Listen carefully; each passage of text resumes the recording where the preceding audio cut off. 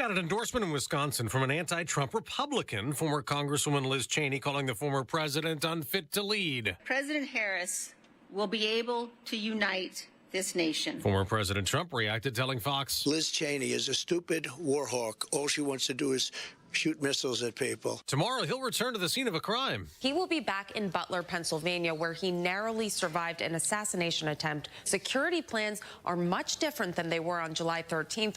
This time, the rally site will be locked down ahead of the event, and there will be a single command post for all law enforcement agencies. Fox's Brooke Singman. America's listening to Fox News. 93 WIBC Mobile News. On the level, on the go. Debate over choice. It's 54 and sunny downtown. I'm Kirk Darling.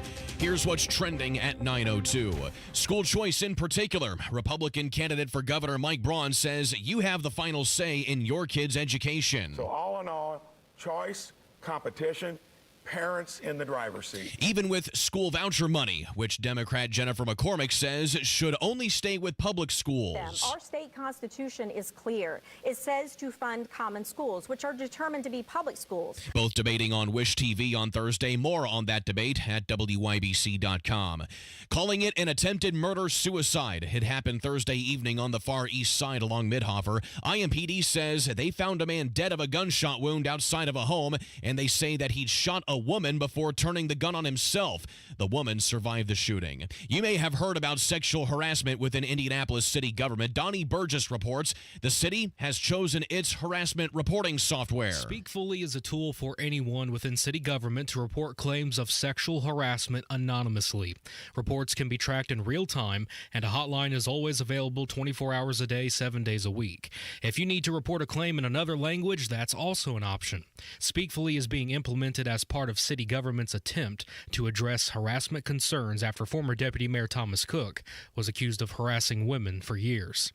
Donnie Burgess, 93 WIBC Mobile News. GM workers in Fort Wayne are heavily considering going on strike. Quite frankly, it's embarrassing for me to even have to be having this conversation with you because Fort Wayne Assembly, Local 2209 people, we have given to this community like no other. Rich Letourneau, who's the union boss there, he says GM laid off about 250 part-time workers, and he claims this has forced the company to move senior workers to different shifts and departments, which he says violates their current contract. Caitlin Clark is the WNBA Rookie of the Year, 66 of 67 voters choosing her for that honor. Clark was also fifth in the voting for league MVP.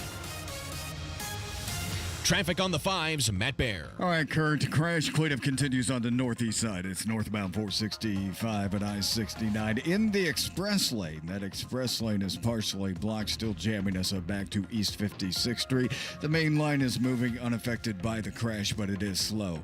Crash 96th Street to the east of Michigan Road 421. That's in South Carmel. Also looking at a crash on the northwest side, northbound 65 to Lafayette Road. The ramp is open. It is partially blocked. Traffic sponsored by AutoZone. Get in the zone. The free AutoZone Fix Finder service can help troubleshoot the likely cause of your pesky check engine light for free and get you back on the road. Restrictions apply. Get in the zone, AutoZone. I'm Matt Baer with traffic on the 5s. Follow us at WIBC Traffic. JMV here. The big fall sale at Miss M's Home and Garden is still happening. Save 20 to 50% off. Trees and shrubs, 50% off. Herbaceous perennials, 30% off. In-stock patio furniture and more. Not only is the fall sale happening, but they have a great selection of local grown mums, pumpkins, and all your decorating needs. Take advantage of great planting weather and save right now at Miss M's. That is Miss M's on State Road 135 south of Whiteland Road in Bargersville. The forecast from the American Standard Cooling Weather Center. A few patchy areas of fog this morning. Otherwise, sunshine early, partly cloudy late, a high of 78. Clear, quiet, and comfortable overnight, a low of 55. I'm Wish TV Storm Track 8 meteorologist Marcus Bailey for 93 WIBC. Partly cloudy, 53 on Monument Circle. I'm Kirk Darling on the level, on the go, and on WIBC.com. You're listening to Rob Kendall. When we talk about sending money somewhere, we're talking about printing the money because we have no money. And Casey Daniels. My government would never lie to me, would they? On 93 WIBC. Good morning. Today is Friday, October 4th. It's 6 minutes after 9. It is the Kendall and Casey Show. It's 93 WIBC. Did you watch the entire hour last night, Rob Kendall? I did. I watched it in parts. Does that count? Like I watched the first 15 minutes, then I had something to do, and then I watched the remainder of the hour later on in the evening. Okay, so that still counts. Of course, we're talking about the governor's debate that took place last night on Wish TV. I thought there were a couple things that were very interesting that came out of the debate yesterday. First of all, great job by the most beautiful man in all of Indianapolis media, Phil Sanchez. He did a great job moderating that debate. I thought it was much better done than the first one. I thought he came out of the gate with the question. And Phil's done this multiple times now. Phil is probably, we have a lot of fun with Phil, but he is probably, in terms of just a straight news person, the best journalist broadcaster in the city as it relates to television, because he's done this in multiple debates now, whether it's the mayor's debate last year or the two times they've had the governor's debates now.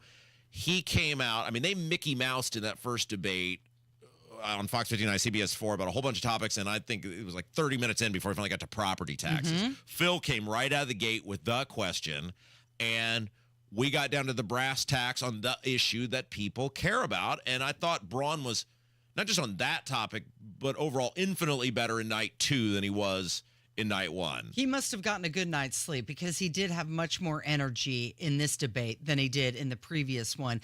And you're right. It's really interesting that Phil Sanchez, he started out with the question that everybody is talking about. And it was kind of a moment of unity, because when he asked about supporting property tax cut, all three of them raised their hand. All right, so let's talk about that for a second, because Jennifer McCormick is a pathological liar. Yeah, didn't she come in this very studio and we asked her about that, and she was like, "Oh, it's not an issue. I'm not hearing anything about that." And then a couple days later sprinted out to release a plan. Yeah, I'm going to call her highly fraudulent. Okay. I mean, she is a colossal fraudster, because for all of her, I'm a victim, huffing and puffing about that ad that Braun was running. Look, Braun made a big mistake with that ad. He didn't need to do some of the things he did. But for her acting like she's Madam Integrity over here, Casey, you will back me up on this. We asked her about property taxes, and she was like, "Well, I'm hearing it from some people, but yeah, it's not really that big a deal in these events I'm going to." And then last night, she acted like, "Oh, it's all I hear about from anybody." So she either lied last night, or she lied to us. Yeah. So can the crap woman about this, how you're offended that Braun ran an ad that you say is not honest or whatever else, because you lied to somebody, because these two things cannot be true. The reality is she was hearing about it from people. The reality is she didn't want to touch it with a 10-foot pole, because it would involve her having to take on public education, which she's totally beholden to. So what she did, and this is another disingenuous thing that she has with her property tax plan, her plan bankrupts the state in 4 years. There's no ifs, ands, or buts about it, because her entire plan, because she does not and cannot take on the public education system. She does not and cannot get any sense of accountability in the public education system, which property tax reform does. So what she did was say, well, we're just going to basically bail out whatever crap local governments pull. They'll spend as much as they want. No accountability, no reforms, no nothing. And we will take money from the state of Indiana, the reserves in the state of Indiana, at the tune of $600 million a year, and bail out whatever crap these local governments pull. Well, if there's $2.4 billion in the reserves, let me do the math. 600 million, 120 million, 1.8 billion, 2.4 billion. 1, 2, 3, 4. Public school math. 4 years, we're out of money. She's so full of it, and for her to act like she is some righteous holy roller up there because someone was mean to her, or said she had a Jezebel spirit, or somebody ran an ad that she didn't like, full of it, 100% full of it. She has no plan that actually solves the issue. It is nothing more than a massive giveaway of your money to local governments who won't get their act together. Okay, so tempers did flare, or the debate got at least a little tense in moments, and this happened when they were asked about Indiana's school voucher program, whether that was good or bad for education. Well, look, I want to come back to the property tax real quick, and then, sure. And then we'll go, because that is important. Donald Rainwater had another chance last night. He came on the show on Wednesday, right? I'm trying to get my days right. He came on the show on Wednesday. Yeah. I looked right at him and said, do you have any numbers for your plan? And what'd he do? He went, right. He's been running for governor now. I mean, he's basically been running for 6 to 8 years for governor, but he's been running for 4 years. As soon as he lost last time, he announced he was running again. He had 4 years to put together a plan with actual numbers, because that's how you actually govern. And he got totally embarrassed and depantsed on this show, and here he was a day and a half later, and still nothing more specific. Look, if you want to vote for Donald Rainwater on a protest vote for how the Republicans have behaved, or because Jennifer McCormick is a disingenuous fraudster on-demand abortion lunatic, then okay. That's fine. You're totally entitled to do that. But do not vote for Donald Rainwater because there is an ounce of seriousness in what he's doing. He's lazy in terms of being a politician or trying to govern. COVID was right in his wheelhouse because it takes zero effort. If he couldn't do it then, he's not going to do it now, Rob. I'm going to go ahead and say it because I know you want me to. He needs to drop out of the race. He's not going to win. He doesn't have the money to compete. At this point, it's futile. Just say thank you and bow out. Well, and look, it takes zero effort to look at somebody and go, you shouldn't have to wear a mask and you shouldn't have your business shut down, right? I think we all universally agree with that. That was the Donald Rainwater campaign in 2020, was you shouldn't have to wear a mask and your business shouldn't be shut down. And he rode that, thanks to us, to great success.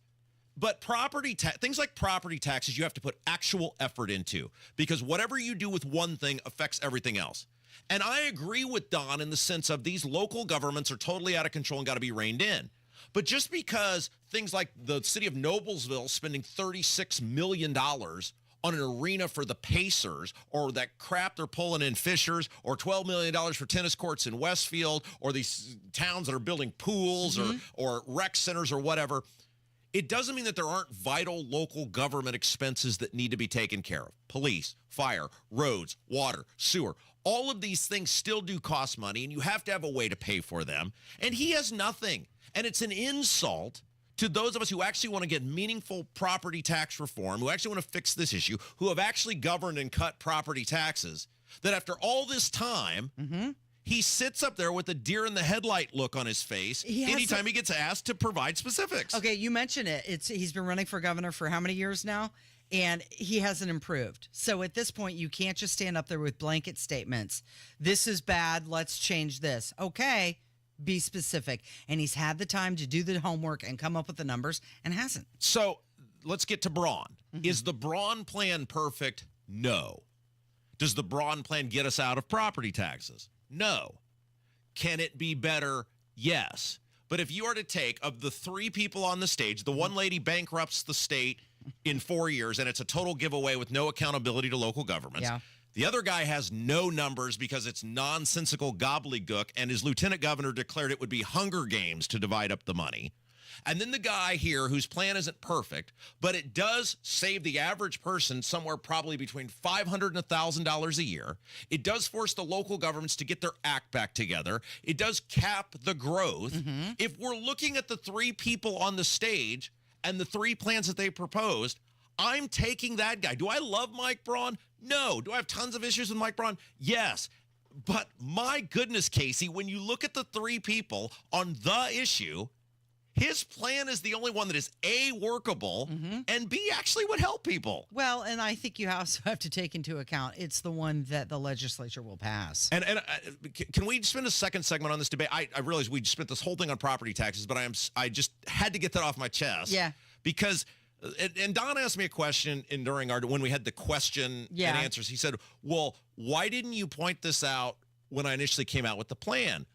I assumed, like we have done with the other candidates, that you were going to provide specific details over the course of a year. You were going to flesh all of this out. It's the same way when Braun had a little problem with his plan in the beginning. We gave him we're very giving here. Well, why is he relying on you to do the homework? You're not running? Because I did it for him in 2020, Casey. And he expected you to do it for him again. Pure laziness. It's the same thing with Braun. When Braun had a problem with his plan, we pointed at him and said, you need to fix this, and he did. We gave Don ample opportunity to provide anything, even if he's just making up numbers, even if he's just throwing numbers up in the air. He couldn't do it. So in terms of that, in terms of the discussion, if you want the property tax issue fixed, if you're serious about that, there's one option in front of you. Now, if that's not an issue to you, or you don't care about it, or you got so much money that getting $500 or $1,000 a year back in your pocket doesn't matter, no big deal. Then you got other things. We can talk about that when we come back. It is the Kendall and Casey Show. It's 93 WIBC. Occasionally, vice presidential debates are interesting. Who am I? Why am I here? Senator, you're no Jack Kennedy. Yet, Did he lose the 2020 election? Tim, I'm focused on the future. That is a damning non-answer. still interesting. Just to clarify for our viewers, Springfield, Ohio. The rules were that you guys weren't going to fact check. Follow the race to the finish line. Not been perfect, and I'm a knucklehead at times. On your 2024 election information station, 93 WIBC. Indiana Pathways for Aging helps Hoosier Medicaid members age 60 and over get support at no additional cost to live life their way. Mom's Parkinson's is progressing, and Pathways provides in-home support so she can be with family every day. Pathways coordinates Medicaid and Medicare services. I'm getting help with meals, personal care, and transportation. One day, I might choose a nursing home, but today, I have options with Pathways. To learn more, eligible members call 87 Pathway 4 or visit in.gov/pathways. I love my Window Nation windows. They look great on my house. Window Nation's 96% customer satisfaction rating, the highest in their industry. And Window Nation's energy-efficient windows can save you up to 40% on your energy bill. I know because I'm a customer and I've seen it.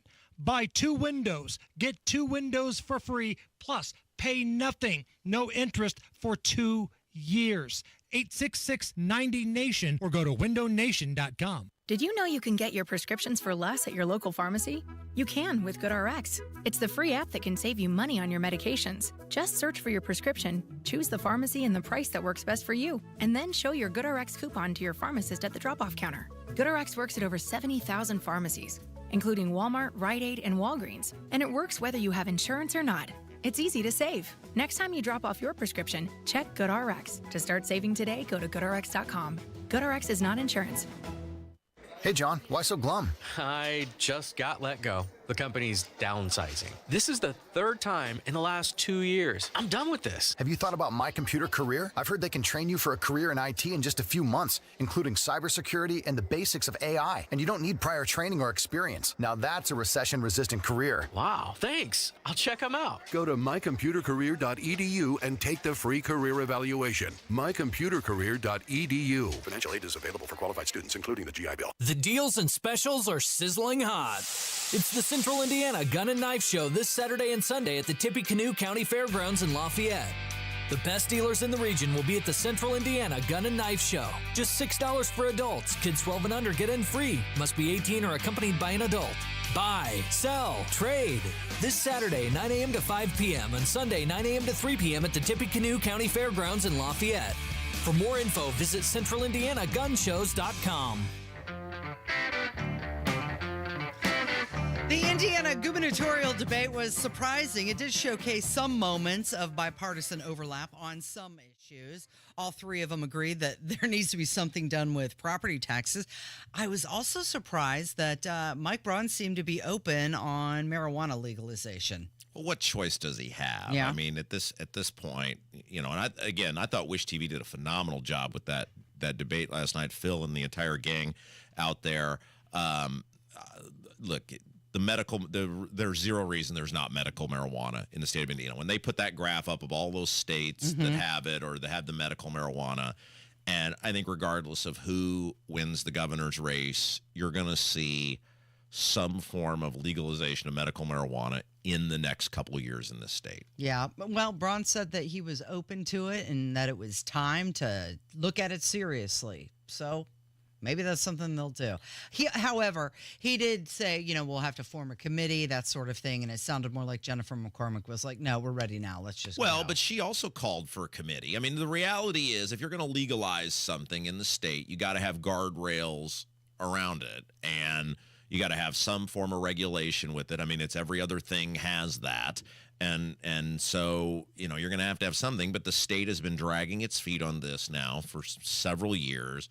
And it's just silliness at this point. Why, if a doctor and a patient want to try some form of medical marijuana to help them with an ailment, it doesn't affect anybody. Just do it. Just do it and be done with it. Things got a little tense when Jennifer McCormick was talking about school vouchers, universal choice, like a school teacher would, right? Well, she was the expert. She's totally beholden.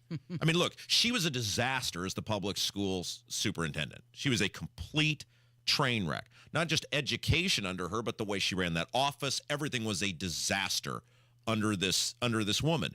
And if you want, now again, it comes back to Rainwater and Braun, I think, share the vision of dollars should follow your kid. You're in charge of your kid. The money, you should put your money where you want it. And if that's a private school or a charter school, then great. Or if you want your kid to go to public school, then fine. Then good on you. But McCormick is completely beholden to the teachers union. I mean, that is who she will serve. She will not serve you. She will not serve your kid. It is blatantly obvious that if you elect her, she will choke off, to the best of her ability, the ability to give you a choice over where your kid goes to school. Yeah. Let's talk about what's going on with the dock and the port strike, right? The dock workers representing 45,000 striking U.S. dock workers along the East Coast. They reached a deal, not really reached a deal, but they're just suspending their strike until January 15th. That's nice that they could push it off until after the election. Wasn't that so giving of them? There's no way that's a coincidence, right? Yeah. How about Ron DeSantis, though? Well, real quick, before we get into that, though, I want to come back to you because I want to get your opinion on this. Yeah. There's no way that you would go on strike and then just a couple days later go, we changed our mind. Yeah. So what do you think happened? Somebody came in and said, we're not doing this. I think they were given marching orders that you are going to look, the election may be already baked in one way or another already, but I think they were given marching orders that if you disrupt this economy, because the whole argument with Kamala Harris, they're trying the Obama argument of 2012, which Obama's argument was for re-election. Yeah, things aren't great, but look at what I inherited. You're lucky you didn't end up in a soup line, right? They're trying this argument now of, inflation's out of control, but look, the economy's gangbusters. Now, of course, they've totally rigged the economy based on the low interest rates and the printing of money, and the economy is not actually great, and your buying power has been totally diluted under Joe Biden. But they're hoping you're stupid enough to not notice it if they can go, see, look, stock market. And the reality is, unless you're cashing in your 401k, the stock market doesn't really matter, anyway. And so I think they gave marching orders to those guys. They were like, look, if you disrupt this economy and cost us the election, you're going to be for a world of hurt. We're going to blame it on you. Yeah, exactly. Ron DeSantis came out and he said that he was going to be deploying the Florida National Guard to the ports that would be impacted by that strike. And I just want to play this audio. I know it's settled for now. They'll pick it up again in January. But just listen to Ron DeSantis and how, what's the word I'm looking for? Presidential he sounds during this. At my direction, the Florida National Guard and Florida State Guard will be deployed to critical ports affected to maintain order and, if possible, resume operations, which would otherwise be shut down during this interruption. Florida Department of Transportation is coordinating calls with seaport rail and trucking partners to ensure that all are prepared and positioned appropriately to limit disruptions to the supply chain in other areas should this continue. So he just sounded like he was the only one who was ready to stand up there and say, listen, you're not doing this. I'm coming in. I'm going to fix this. The rest of you just get out of my way. Yeah, we've talked about this before, where every time he speaks, he sounds authoritative. He sounds like he knows what he's doing. His results speak for themselves, and you just kind of look. We're all in on Team Trump now, right? Like it's the only choice we got. But you just look at this and go, boy, this would have been such an easy lift compared to what we have right now if we just picked this guy. I mean, my goodness, he just is always in control. and he gets things done. And then you had Joe Biden on the other hand, who was like, "Well, I think we're going to make progress in the labor contract dispute." And then you had Ron DeSantis who was like, "Nope, you know what? We're deploying the Florida National Guard to these ports. We're going to do something about this." And then lo and behold, a few hours later, they said, "Oh, we're going to push this off till January." All right, well, look, for you people in the YouTube chat, you don't want this wide shot, do you? One of our cameras went out, so we got this wide shot. It's weird. You want Casey, right? You want me to put the camera, or have Kevin put the camera on Are they Casey? commenting on it? Well, no, I'm just saying, I'm giving them an option because you can watch us on the YouTube feed. This wide shot doesn't do anything for you. You want to see Casey, right? Yeah, we'll have a longer break.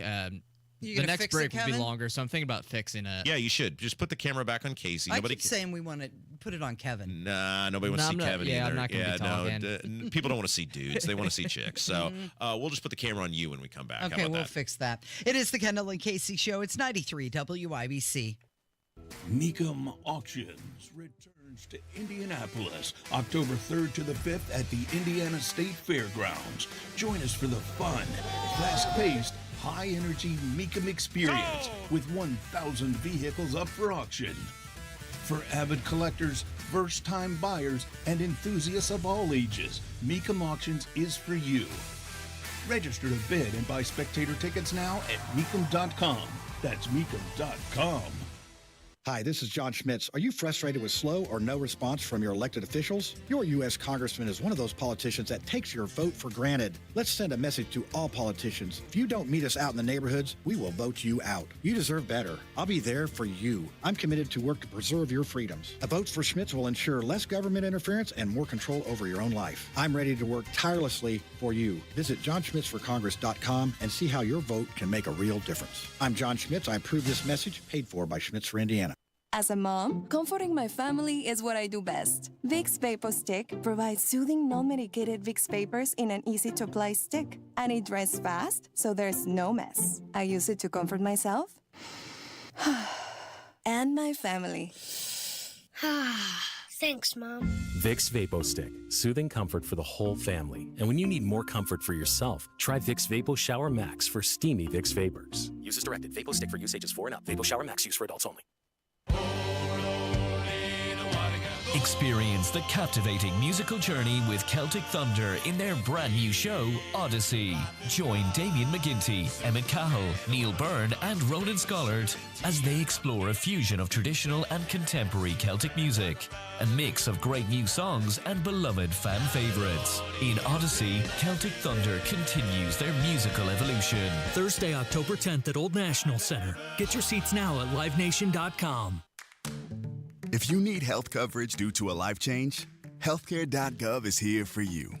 Like it was there for Terrence and Jody when they got married, and Sophia when she had a baby, and Gary when he moved and needed new insurance. There are many other ways to qualify. Visit healthcare.gov today to see if you're eligible to enroll. Limited time to enroll. Paid for by the U.S. Department of Health and Human Services. 93 WIBC Mobile News. On the level. On the go.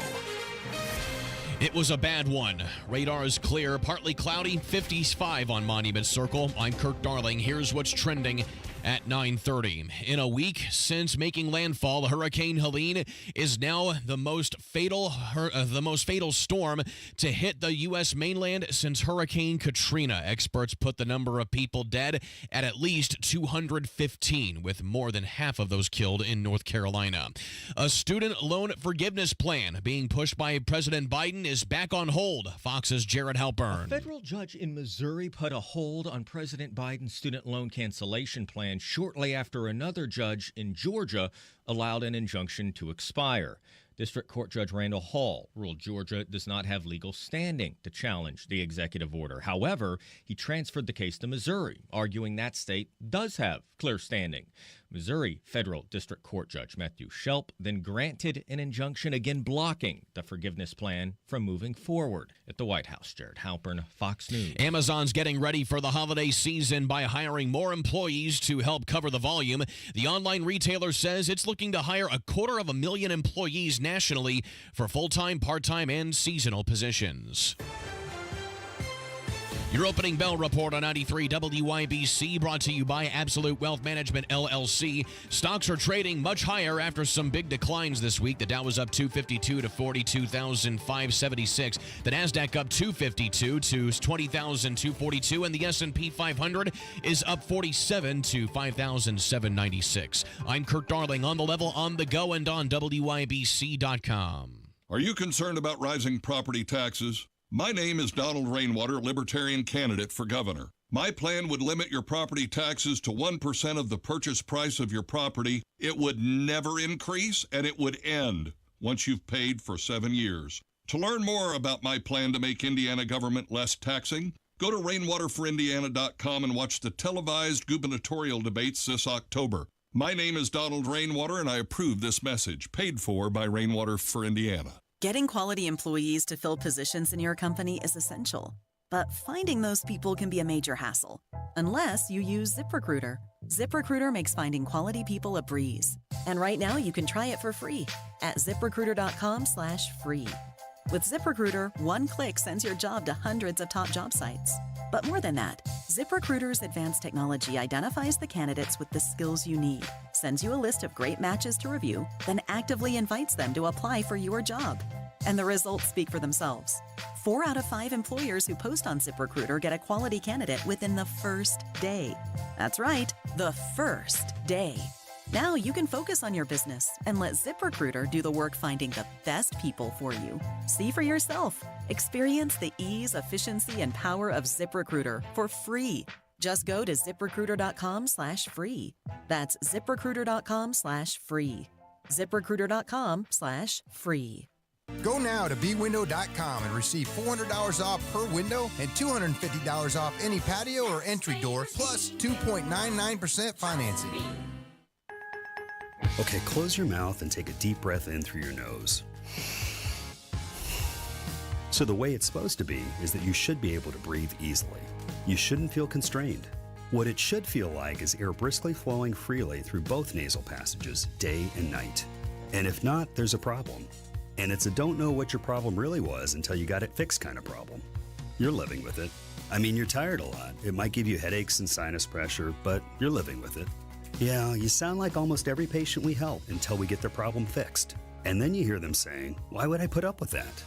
Advent will get you breathing freely again with simple in-office solutions like turbinate reduction along with balloon sinuplasty that really can change your life. To date, Advent has solved over 40,000 breathing triangle problems. Go to adventknows.com to schedule your appointment because Advent knows when you breathe well, you live better. Results may vary. You're listening to the Kendall and Casey Show on 93 WYBC. At least 215 people have died. Hundreds are still unaccounted for. This brought on from the destruction from Hurricane Helene. This is more than a week later. Some residents and communities still remain isolated. Hundreds of thousands are still without power. They all have spotty service, making communication really difficult. Joe Biden went to survey the area, and he was asked by a reporter afterwards some questions, and I could not believe well, you know what? Actually, I believed it, but it's scary. That's the thing. I totally believe the answer, but the answer is just ridiculous. So this is where he appeared to be confused about what they were even asking him about. Yeah. All right. So right now, if we just had an honest assessment, no media doctoring, no whatever. If you put Joe Biden and Jimmy Carter up against each other, in a, like, I don't even know what the word would be, but it's like a cognitive contest. Yeah. Because we have no idea. I mean, the Jimmy Carter stuff is pathetic, right? That's embarrassing for that entire family. Did you see that video of Jimmy Carter on his 100th birthday? They wheeled him out on a bed, and they said, come on, he doesn't even know where he is. And they're like, all he wants to do is go vote. Well, that's the thing, right? It's not that they wheeled him out. It's because, elderly people, hey, it's good for them to get outside and get some fresh air or whatever. They put the cameras on him, though. Right. And I mean, he's I'm sure everybody's seen the video at this point, but he's in some sort of, hospital type bed. His mouth is open. He's looking at the sky. He's not interacting with anyone.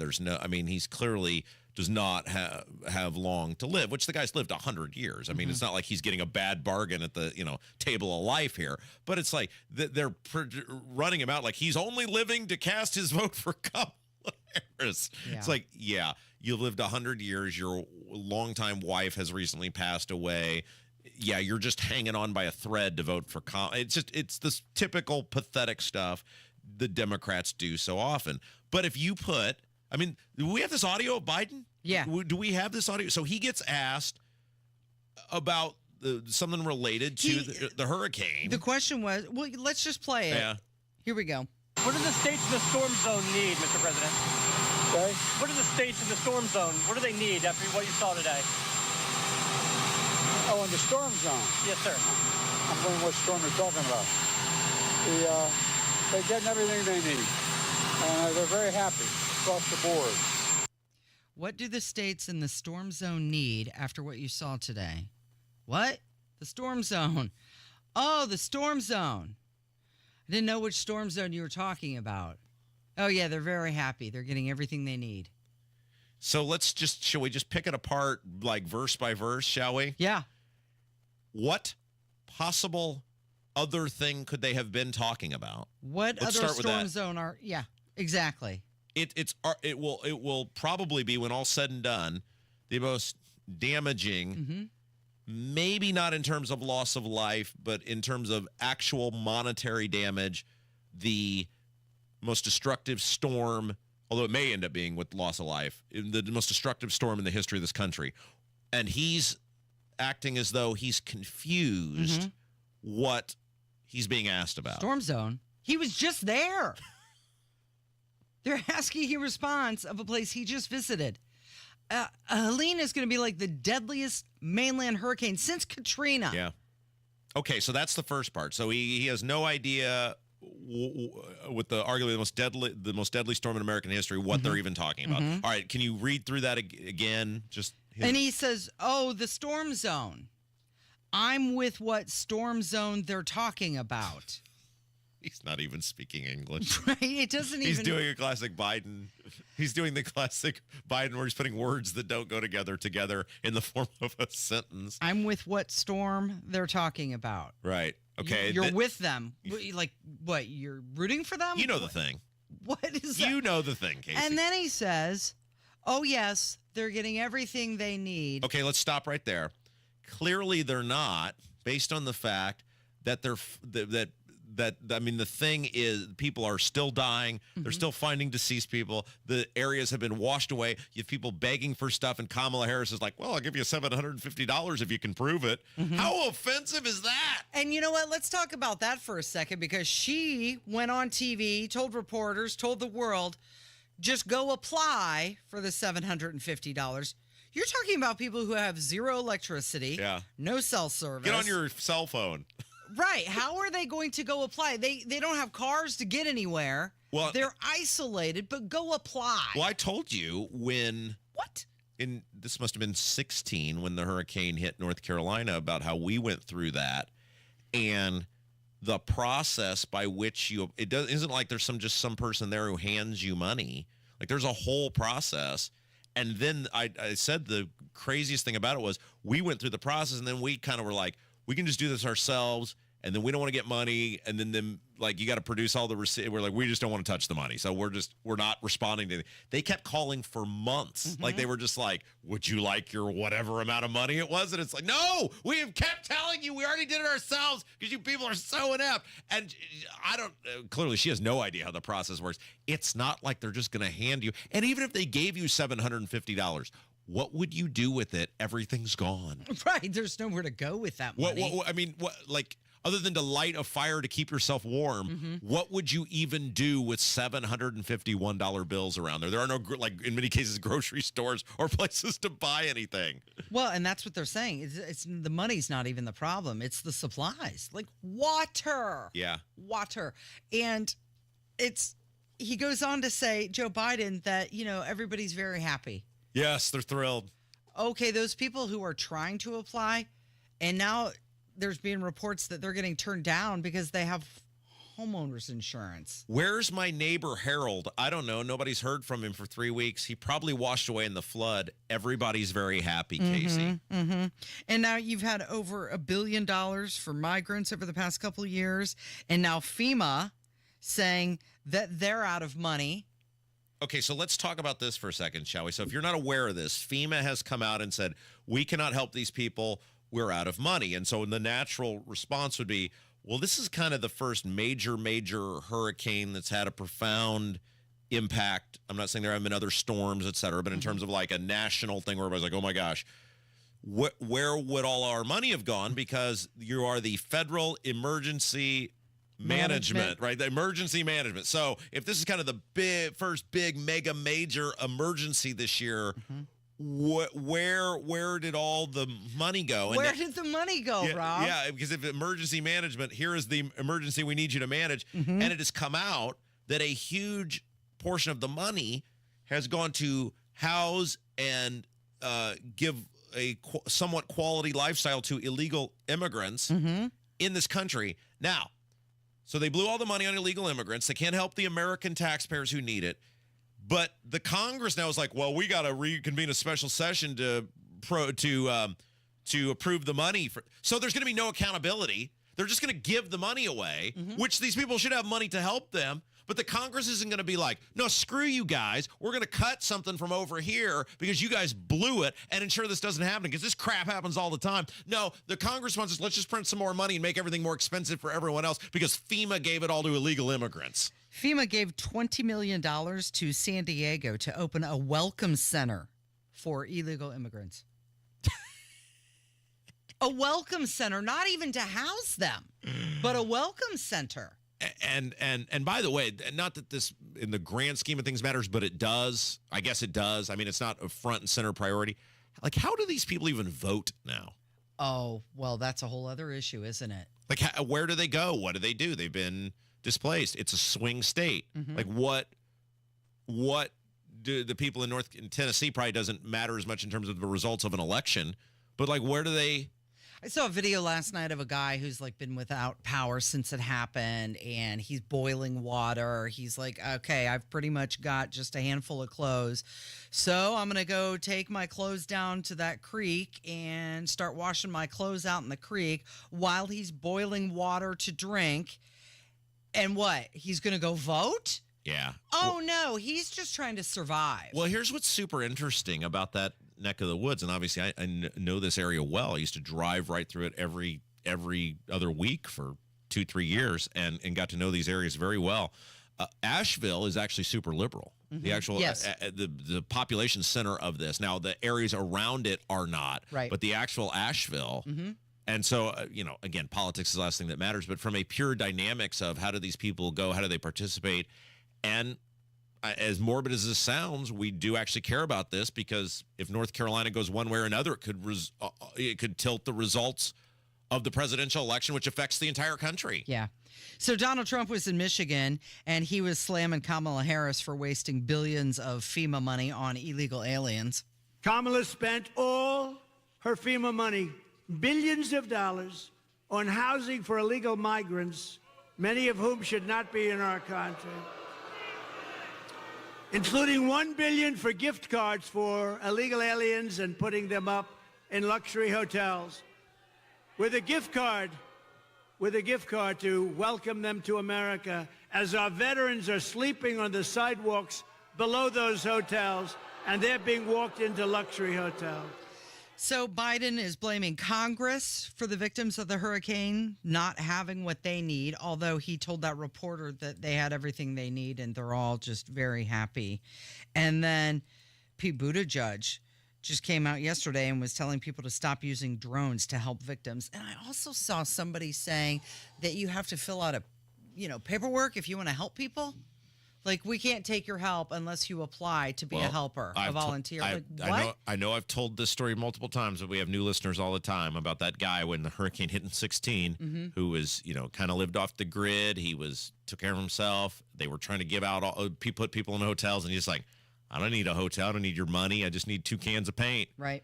Nah, You're going to have to go to a hotel. We don't think your house is safe to live in. He's like, I know my house. I think it's pretty safe. Just give me some paint and I'll get this taken care of ship shape. And they ended up making him go to a hotel for like months before they let him back in his house. I mean, your government is a disaster, Casey. Do you remember when Obama was blasting Bush for not immediately visiting New Orleans following Katrina? Well, that's what's so funny, not funny and like haha, but like wild is Katrina was seen as the end of the Bush presidency. Mm-hmm. That was in his second term. It was very early on. And this thing of him flying over, looking down at the area, like where was he supposed to land? But of course, they ripped him for that. The response was horrible. This is infinitely worse than what happened in Katrina.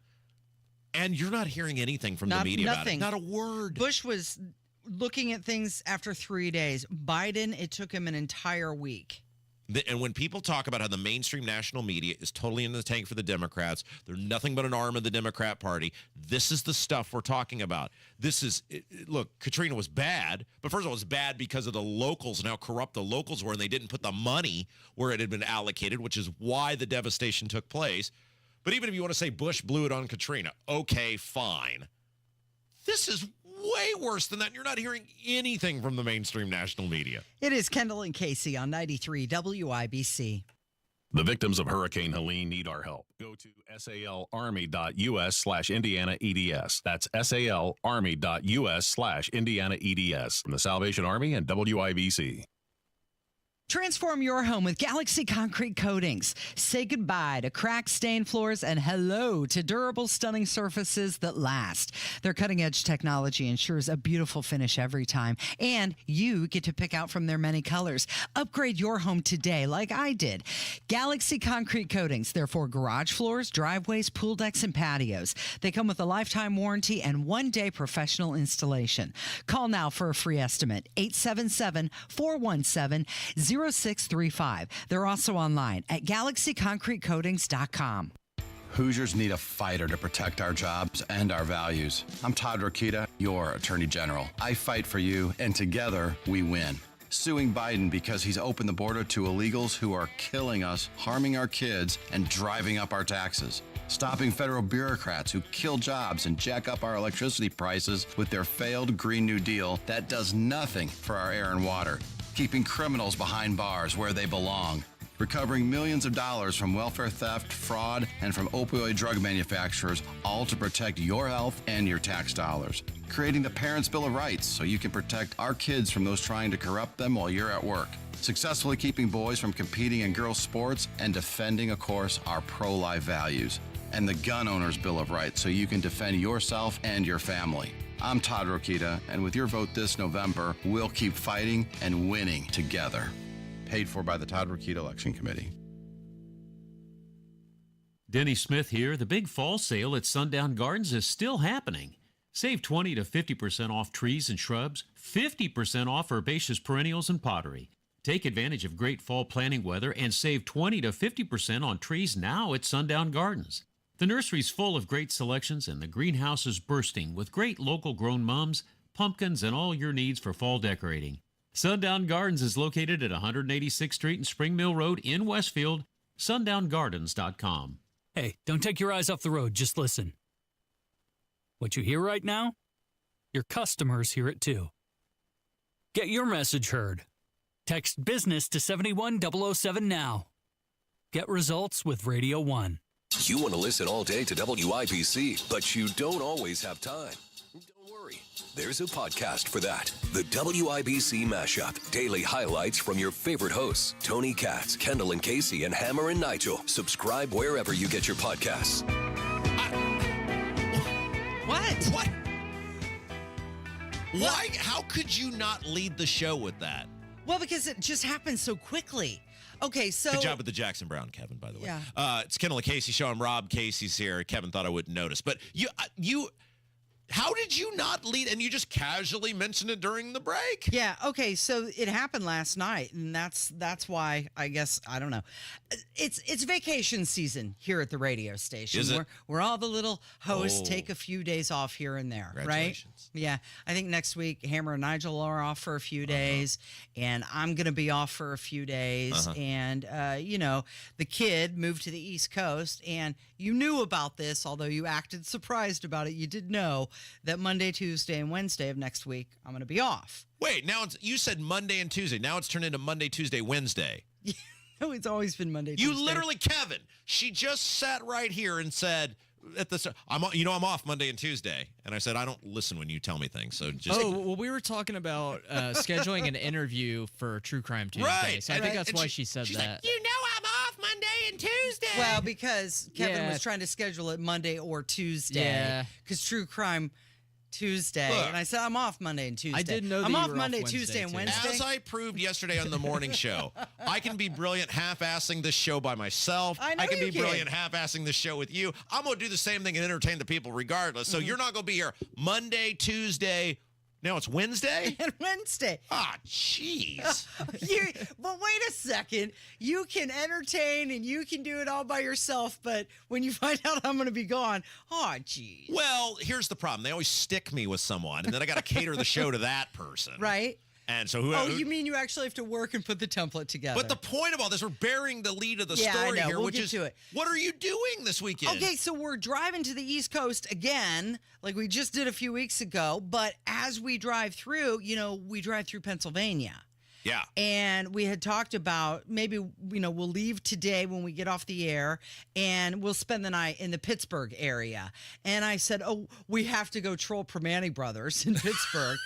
And then last night it was announced that Elon Musk is going to be at Trump's rally in Butler, Pennsylvania. Right. No, wait. That's on the way. Let me guess what you're going to do. You're going to go to a local casino and you're going to badger Elon Musk like you did Chuck Pagano. If he's there, I would totally badger him. I'd be like, give me a Cybertruck. No. So I sent the press release to the dude last night. Yeah. He was already asleep.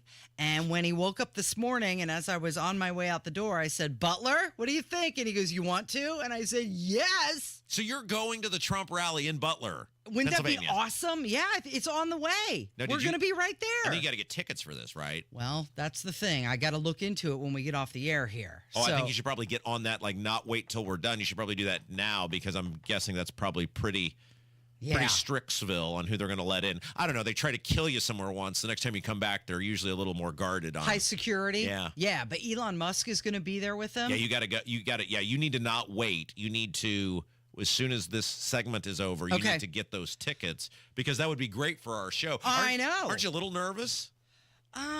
No, not really. Well, where's it at? Is it in a gym somewhere? Well, that's the thing. I got to find out. It's been all this, Elon Musk is going to be there. Trump is back. They said this time, I think it's going to be an indoor event. So when we get to the news with Kurt Darling here at the top of the hour, I'll get on this little Google machine and see what I can find out. Yeah. Get some tickets. That's so exciting that you're going to do that. I think that's great. Yeah. I mean, we're going to be right there, right? Right. Are you a little nervous? No. Not at all? No, I can't walk around scared, Rob. So what, are you going to stay in a hotel there and then... Well, we were going to do that anyway. Oh, that's near where you were going to be stopping. Well, it's kind of like halfway mark between here and Baltimore. Have you ever been to a Trump rally? No, well, the boat thing. No, I'm saying like a thing but Trump. not with Donald Trump. I have been to the Rolling Stones. I have been to Taylor Swift. I have been to Bruce Springsteen. Mm-hmm. I have seen pretty much every famous person that you could imagine in person, and it is better than all of those combined. Yeah. The buildup is awesome. Now, I will tell you, after 30 minutes, you're going to get super bored because he just starts rambling. Right. But the buildup, it's a festival. There's lines to get in. People are dressed up. There's guys doing music on the streets. It's a whole thing. I think you should get super liquored up and go to the Trump rally, and that'd be awesome. And then live tweet about it. Well, I think it'll be really interesting to hear. Do you think Elon Musk will talk too? Well, he's not going to have him stand up there like Jimmy Carter. Well, what else would they have him do? Well, I don't know. I mean, why else would he be Here's there? Elon Musk. Hello. he's going to say something, right? He's Why gonna- else would he yes, be there? He's going to talk. They want publicity. They want people to, the networks to beam in and go, Elon Musk speaking on behalf of. By the way, and I know he has something that prohibits his speech sometimes.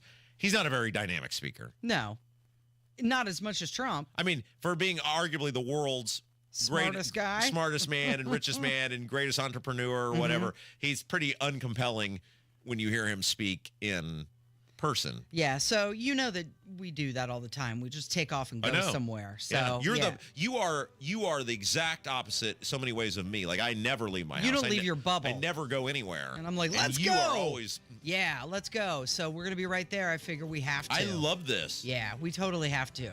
So I'll find out how much tickets Quiet, are. Jackson Brown singing. Okay, it's Kendall Casey show on 93 WIBC.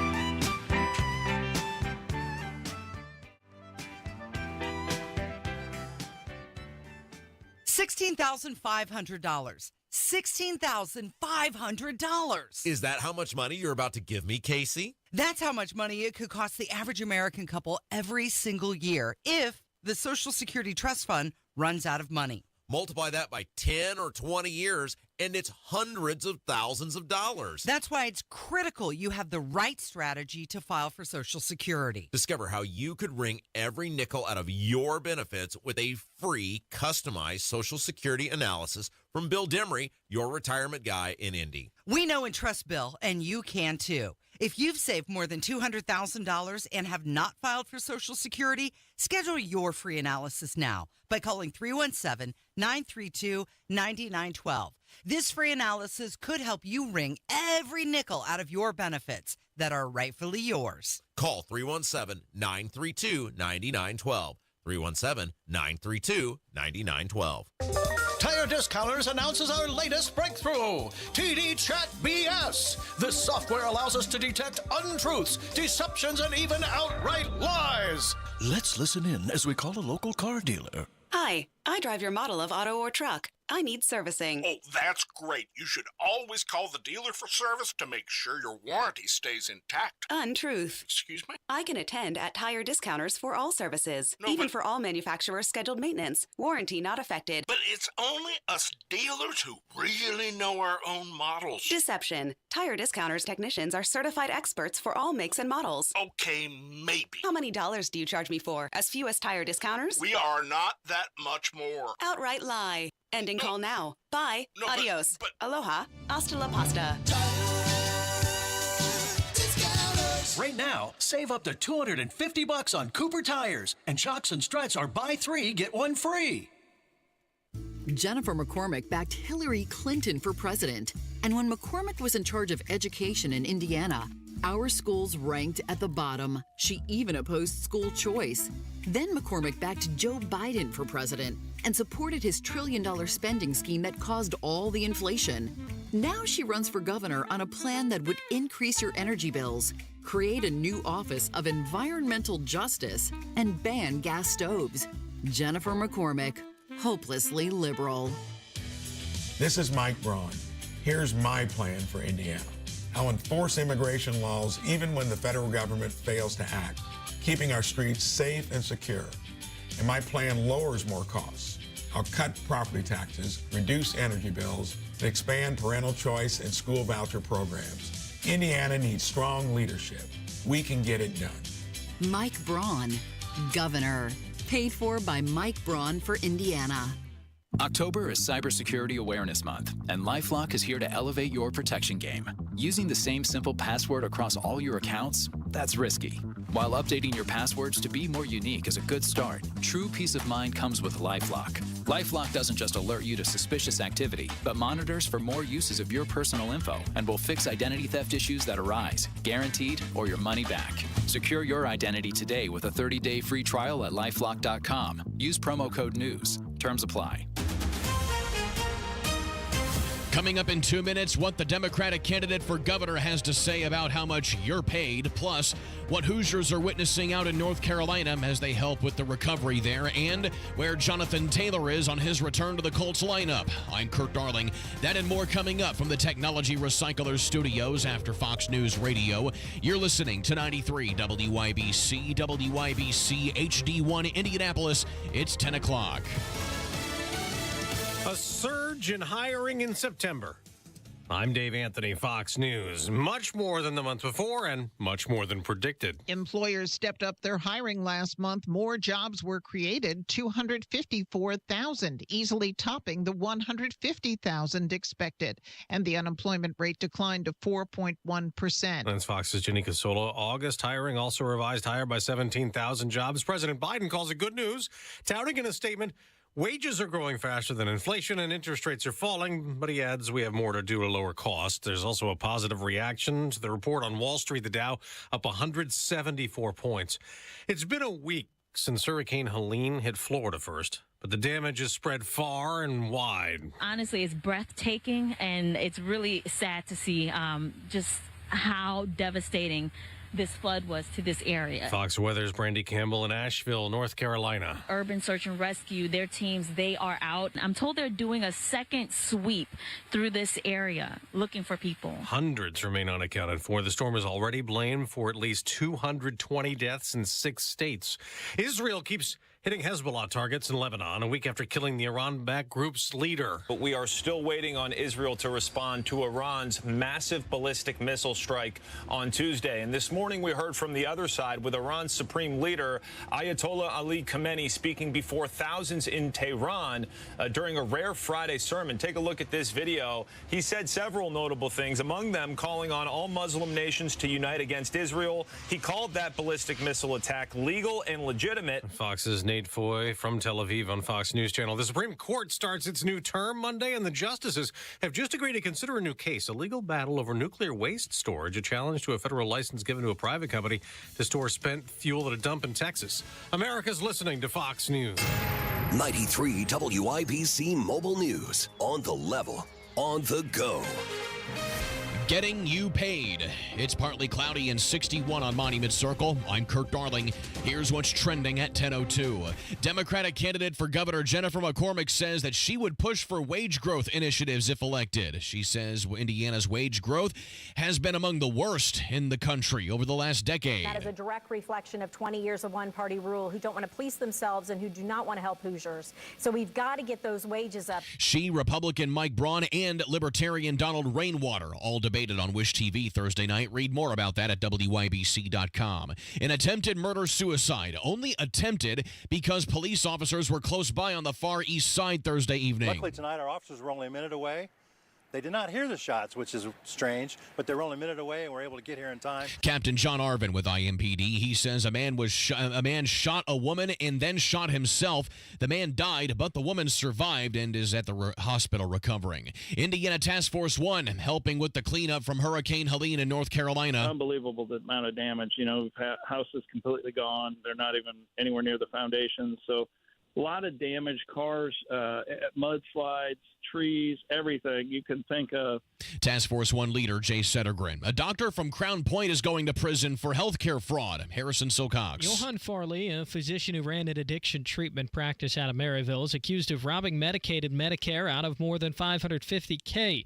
Court documents say he had several patients with opioid addictions who relied on him for treatment. Dr. Farley would only visit with him for a few minutes or not at all. Then he'd turn around and submit claims to Medicaid and Medicare for services he never actually provided, and he has to pay all that money back. Harrison Silcox, 93 WIBC Mobile News. Colts running back Jonathan Taylor missing practice for a second straight day Thursday. He has a bum ankle. You know, it just sucks, when you're out there competing. It's part of the game, but you just got to take it day by day and just keep your nose to the grindstone and just try to get back out there. The Colts head to Jacksonville on Sunday. I'm Kurt Darling, on the level, on the go, and on WYBC.com.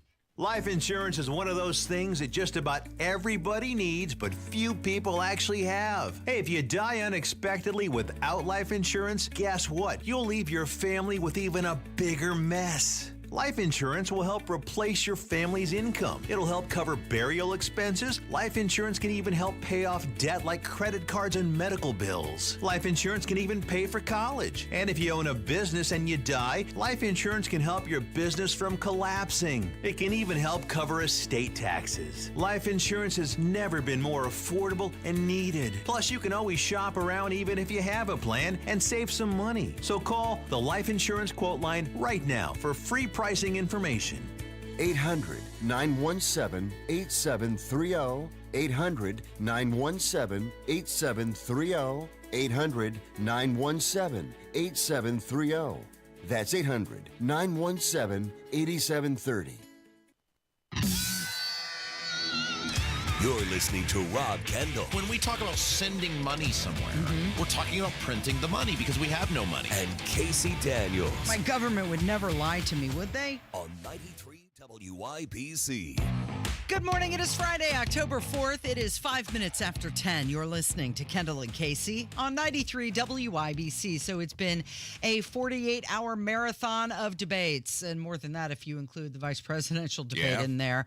This between the candidates for governor of the great state of Indiana came to an end last night, though, when they finished up on Wish TV. Now, there's one more that is scheduled, and that's with Indiana politics, right? Well, no, it's the Indiana Debate Commission. Yeah. And by the way, it has come out that the Indiana Debate Commission is going to move forward for the U.S. Senate debate. Jim Banks is still refusing to debate. You should never, I don't care what your politics are, if someone is too gutless to stand on a stage and explain themselves to you and explain how they're going to vote on your behalf and how they're going to work for you, I don't care what your party affiliation is. You should never vote for that person. Jim Banks is an absolute coward for refusing, for supposedly being this big, tough military guy. He is not, as of right now, refusing to stand on a stage with Andy Horning and Valerie McRae and debate, and that is ridiculous. Well, do you think it's being cowardly, or do you think it's confidence? He doesn't feel like he needs to. Well, he's got such a commanding lead in all the polls. Totally. No. He's doing it because he doesn't need to, but you've got to make him need to.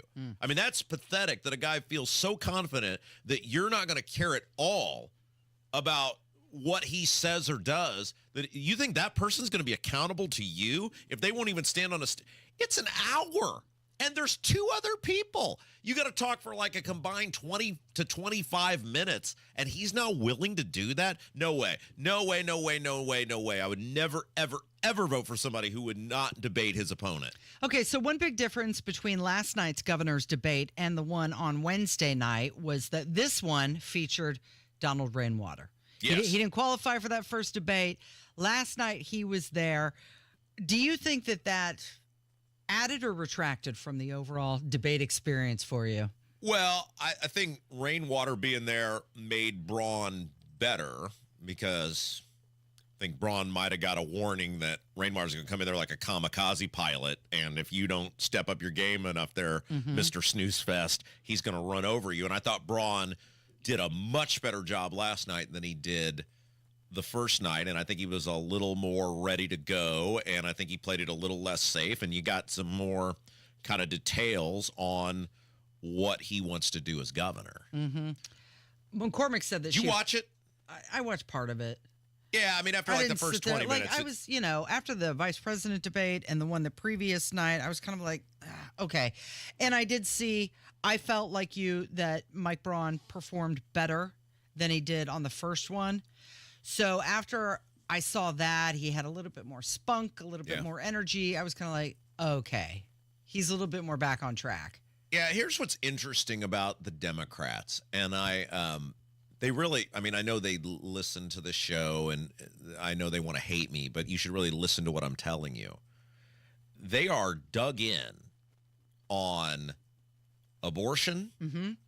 And McCormick is now dug in on the fact that because Micah said something mean about her and Braun ran an ad about her, that was her whole debate last night. And it is like, lady, that does not move voters. Well, she keeps wanting them to apologize for that ad. She does. And what Micah had commented. Why do they need to apologize for that? Well, if you're an undecided voter and you want change in the state, we're led to believe that this woman is some sort of fighter, which, by the way, she was basically a toady stooge for the Republican establishment when she was the education secretary. Jennifer McCormick is a shapeshifter. She has no core belief system. She'll be whatever you want her to believe, which is why she went from being a Democrat to a Republican to back to a Democrat. All the times it benefited her politically, that's what she's done. She has no core value system.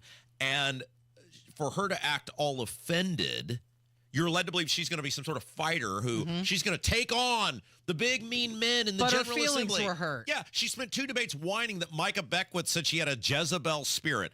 Lady, I say way worse on this radio show every single day about politicians than they have a Jezebel spirit. I mean, it's laughable. And the Democrats, I know they want abortion to be this mega earth mover thing, and maybe in some states it is.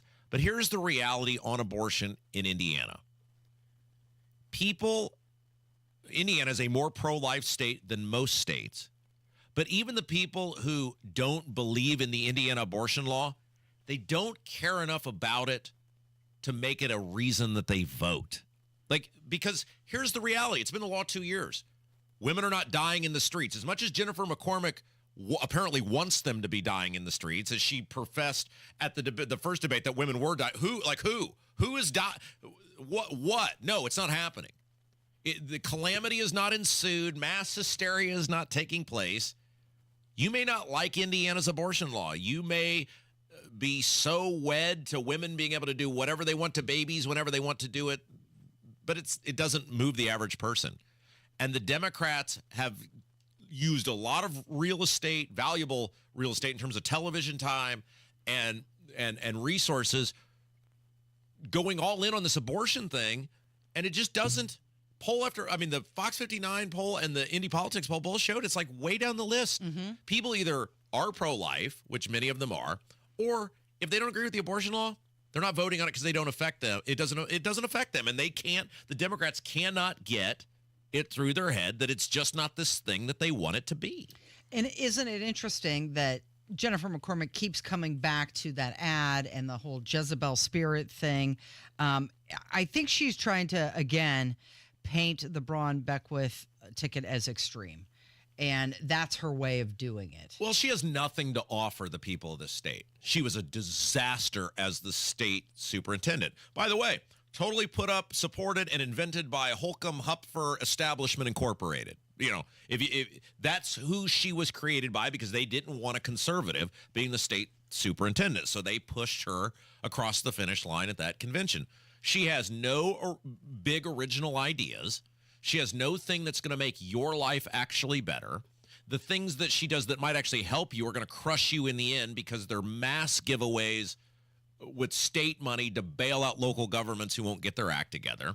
And she just came off the entire time as some scorned, I am woman, hear me roar, who you could tell us that she got told to cool it down on the Jezebel spirit thing because she said it like 93 times the first debate. I think she only mentioned it once last night, and she was pissed off the entire time. That is not somebody who's going to be effective. That's not somebody who's going to be a fighter. Politics is a big boy sport. People are mean to you, and you get to be mean back to them. If that bothers you, find another hobby, lady. Donald Rainwater said that he wanted to be a disruptor. Do you feel like he came across as a disruptor last night? I think Don, and I say this because I have a great affinity for Don and what he did in 2020.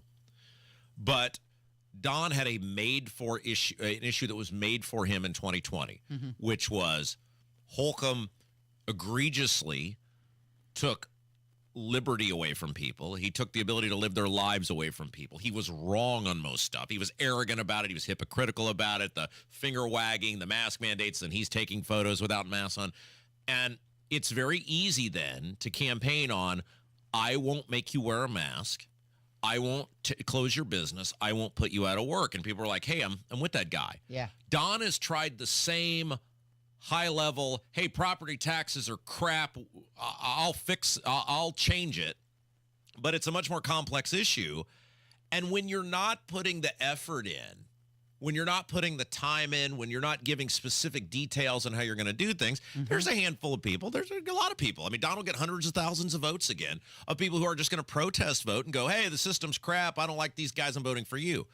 But if you're a serious voter, if you're somebody who actually cares about, okay, how does the thing actually work? Like, how does this look? How does it, we're going to have J.D. Prescott on next week, who's got that bill to eliminate property taxes. Yep. I don't necessarily agree with exactly how his bill looks, but he's being a serious person about here's how we fund the vital services, et cetera, and then reasonable people can start disagreeing on the nuances Right, of start picking it apart. of the bill, right? Yeah. Don Rainwater just saying, well, we're going to a 1%, 7% sales tax, and thank you, have a nice day. Mm-hmm. That's laziness. Yeah. It's and the fact that he's had all this time and he can't even lie about numbers. You can vote for him in a protest all you want, but if you're a serious voter, there's no way anybody's considering him because he hasn't taken you seriously in terms of putting a policy proposal together that actually addresses the issue. I would be really curious to see who of the people who watched the first governor's debate also watched the second one. Yeah, which is a shame for Mike Braun because I believe he performed better at the second one than he did at the first one, but how many people were there to see that? Here's the thing that's going to happen, and this happens every election cycle in this state, and I got to admit, I was a true believer in this in 2020, and then I learned it the hard way, and I was actually somewhat a believer in it in 22, and then after that I was like, okay, I've learned my lesson, which is people huff and puff. Mm-hmm. People stick their chest out, and rightfully so, are angry at the way things are going. And they say, well, I'm going to this and I'm going to that. And then it gets closer and they start actually looking at the choices. And in the case of the Libertarian Party, whether it's Don or it's Jeff Moore, I mean, think about Don raised a lot more money in 2020 than he has this time. He had all this time and hadn't done it. They go, this guy can't win. So I feel like I'm throwing my vote away. It doesn't mean you are throwing your vote away. Look, I'm going to vote for Andy Horning for U.S. Senate. He can't win. But Jim Banks is too cowardly to debate anybody. I can't vote for him. Certainly can't vote for Valerie McRae. So I got to vote for the Libertarian, right? Yeah. But people look at this and they say, okay, if you're a person who actually cares about things like universal school choice, reforming public education, Braun has a good plan for that. If you're a person who actually cares about solving out-of-control property taxes, which isn't where it needs to end. It needs to end. It's a starting point, We though. need to be done with property tax. Braun has a plan for that. And I do believe, and I know some people will think I'm being naive on this, that Braun, because I know enough about the people around Braun and I know how the Holcomb people feel about Braun, that Braun will actually go in and reform state government. Now, is he going to be Mitch Daniels and fix everything and everything will be great? No. But Well, it was interesting when you talked to him, he said there's going to be a lot of house cleaning. Well, that's what I'm saying. I think you're going to be able to find billions of dollars of waste in state government. I do think, knowing some of the people around Braun, that he will do that. Now, is he going to get super bold on the IEDC? I don't believe that. I think you're dreaming. If you think LEAP's going to go away, or no. But I live in a world of reality. And I'd say if you can give me A and B, which are my top two priorities, which is property taxes and education reform, and you can clean up, billions of dollars of waste in state government. I am 40 years old. I'm not 25 anymore. I'm realistic about how life works. And if this guy can do my two top things and then some other things, well, that's pretty good. I'd be an idiot not to vote for that. It is the Kendall and Casey Show. It's 93 WIBC. And coming up, Martin Struther is going to join us from Indiana Family Institute. And we're going to talk school board races. Yeah, look, we talk a lot about president. We talk about governor. The most important thing you're going to vote on this fall that's going to affect you the most, whether you got kids in school or not, is going to be these school board races. And we got to start cleaning this crap up because these super liberal leftist Democrats are getting elected in these Republican communities because they don't got to put a party affiliation next to their name. So we're gonna talk with Martin. Let's see if we can get him to name names. Yeah, we'll name some names. We'll talk about why it's important to do your homework when we come back. It's Kendall and Casey on 93 WIBC. Occasionally, vice presidential debates are interesting. Who am I? Why am I here? Senator, you're no Jack Kennedy. Yet, did he lose the 2020 election? Tim, I'm focused on the future. That is a damning non-answer. Still interesting. Just to clarify for our viewers, Springfield, Ohio. The rules were that you guys weren't going to fact check. Follow the race to the finish line. Not been perfect, and I'm a knucklehead at times. On your 2024 election information station, 93 WIBC. Community Health Network cares for your heart health. From heart scans and vascular screenings to complex heart procedures, you can count on our expert team for the highest quality cardiovascular care, when and where you need it. Your path to a healthy heart starts with knowing your risk. Schedule a heart scan or vascular screening today. Visit ecommunity.com/heart. Community Health Network. Exceptional care, simply delivered. One stage, Billy Joel and Sting. Saturday, February 8th. Lucas Oil Stadium in Indianapolis. Every breath you take. Get tickets now at Ticketmaster. Saturday, February 8th. Don't miss Billy Joel and Sting. Go now to bwindow.com and receive $400 off per window and $250 off any patio or entry door, plus 2.99% financing.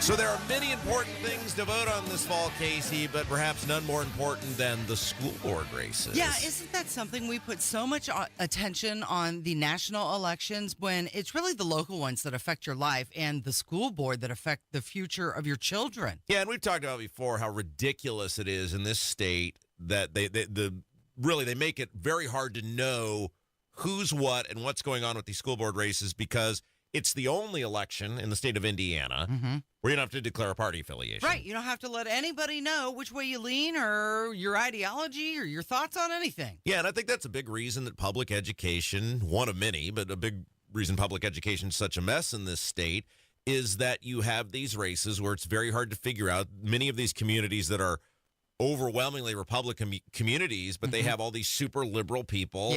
On the school board. Yeah, doesn't kind of go, does it? Doesn't mesh. Yeah, so we're going to try to do our part over the next, couple weeks or whatever, kind of let you know in some of these key areas here in central Indiana, who's what and what's going on, and the importance of, regardless of how you vote, knowing what's going on in your school board races. So joining us now on the WIBC hotline, Martin Struther. He is the education director for the Indiana Family Institute. They're really paying attention to what's going on with these school board races this year. Martin, thanks for being with us. Hey, thanks, guys. I really appreciate it. Yeah, at the Indiana Family Institute, I am working to give parents a voice, trying to stand up for their 14th Amendment fundamental rights to direct the care, upbringing, and education of their children. And I know a little bit about this. I spent nearly 2 decades in the public school as a teacher and coach, and just really excited to help people get involved, stay connected. Like you said, understanding what's going on right there in their local schools. There's really not a whole lot more important than that. So let's talk about that for a second, because I think whether it's Brownsburg or it's Noblesville or Carmel or, many of these places, we have seen these super liberal people get elected and keep getting reelected in these communities that are otherwise conservative or Republican. And I say it's because they don't have to put a party affiliation out. What say you? Yeah, I think that I would totally agree with that. And, you mentioned some of the struggles that we've seen locally, as it almost feels like more and more we've got, well, go figure, right? It's the government. Government reaching in and trying to take the role of parents and serving yet, as another arm of the government trying to take the place of the family. But I've got some good news. In my role, I get to speak with students and parents and teachers and board members every day. And we do have these struggles. We've seen, crazy things that are you would expect maybe in a California or Chicago. We've got lack of transparency on fiscal issues. We've got professional development for teachers that's very agenda-driven. We've got students with their speech compelled, inappropriate books, grading for equity, removing of honors classes, DEI, the list goes on and on. You guys are well aware of this, but I do have some good news, and that is that, especially after the COVID craziness, we do see parents and other stakeholders that are starting to wake up to what's happening, like you guys have mentioned. In addition to school choice, which we've seen have a massive boom here in Indiana, we have parents that are stepping in and volunteering. They're getting involved. They're trying to figure out who would make a great school board candidate and getting involved as well with volunteering and so forth. Martin Struther is our guest. He's the education director with the Indiana Family Institute. We're talking a little bit about these school board races across central Indiana. One of the things we struggle with, Martin, is it's like, it's happening in all these communities. We can't interview every person running for school board. We can't promote every person running for school board who might be good at the job or want to reestablish some sanity. So how do you guys go about educating people on who's doing what out there? Yeah, that's great.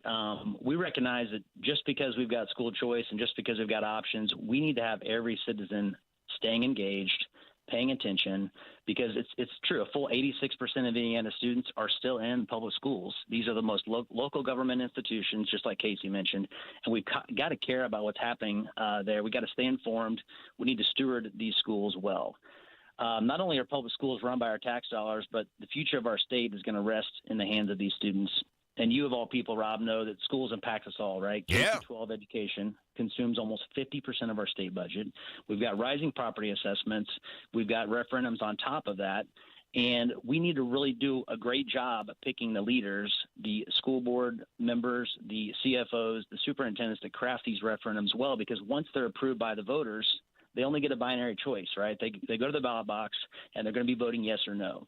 So we admit these leaders have a difficult task of, keeping teacher salaries up, keeping class sizes down. And I track a lot of media outlets. You guys are one of the only figures talking about the importance of school boards and how important these leaders are to the community. Well, we've always kind of been trendsetters, Martin. We've always kind of been trendsetters. What can we say? Yeah, Casey, go ahead. Yeah, Martin Struther, Indiana Family Institute. So what do you guys do? Do you guys go into the districts, or do candidates come to you and you interview them? Like, how do you vet these people? What's the process?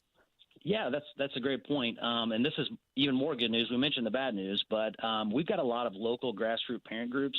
They're identifying great candidates. These people are standing on pillars like parental rights, promoting academic excellence. And I mean, how bad is it that academic excellence is all of a sudden a controversial thing, right?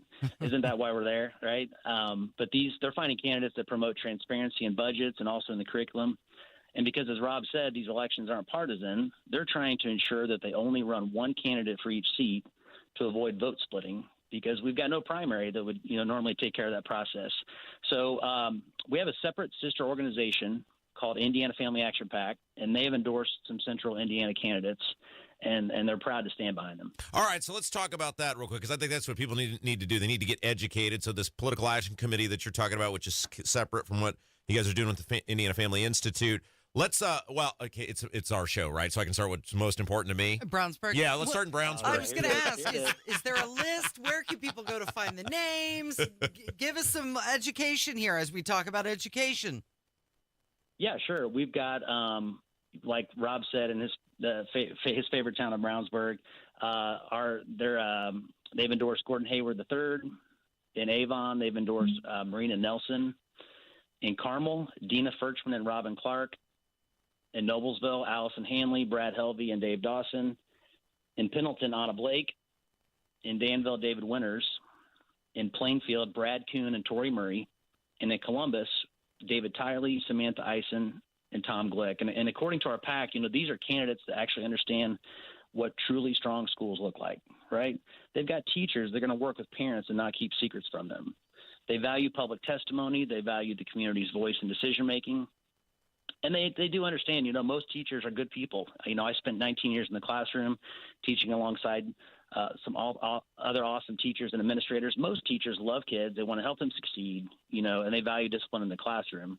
And they also understand that some of these other things that have been added to teachers' plates, mental health roles and so forth, these are areas that teachers, don't have degrees in.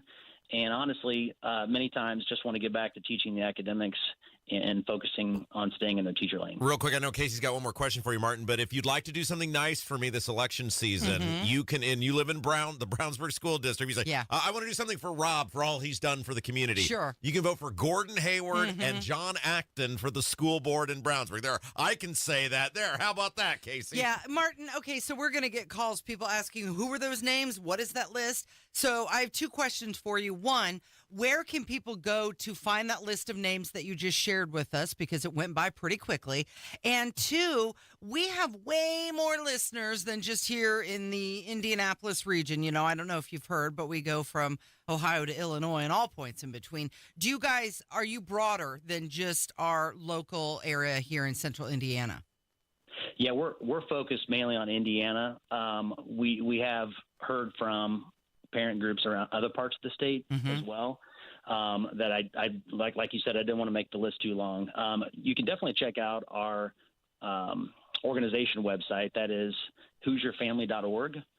And as far as getting to know a little bit more about Indiana Family Institute, like I mentioned, I'm helping with the education initiative, but there's actually 5 other areas that we work in around the state: informing legislators, connecting ministers to lawmakers, training future office holders through our leadership series. So we do have a lot going on.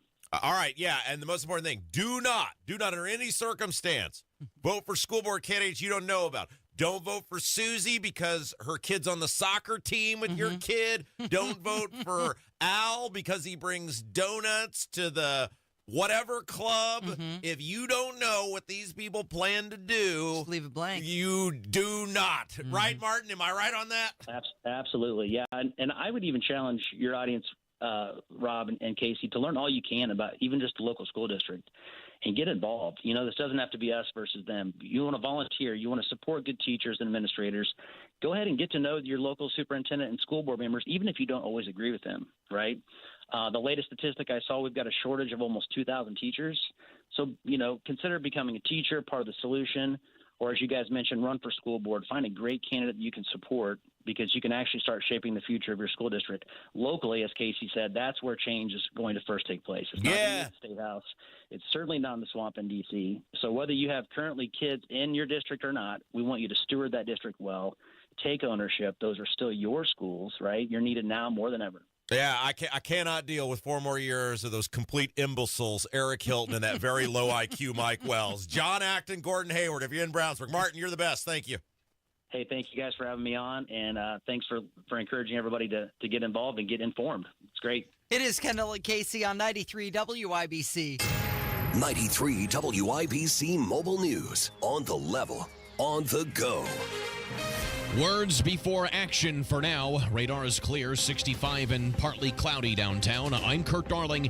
Here's what's trending at 10:30. Iranian leaders making a call to action after they attacked Israel with missiles this week. As we await Israel's response to Iran's massive ballistic missile attack, Iran's Supreme Leader Ayatollah Khamenei delivered a rare Friday sermon in which he called that attack on Tuesday a legitimate act, but even more notable, he called Hamas's atrocities from October 7th also a legitimate act.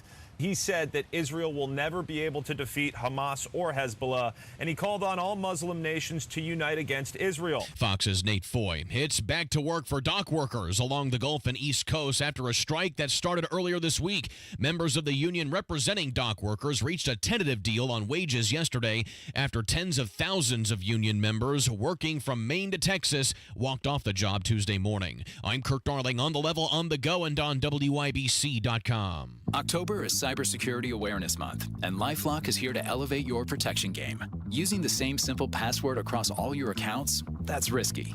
While updating your passwords to be more unique is a good start, true peace of mind comes with LifeLock.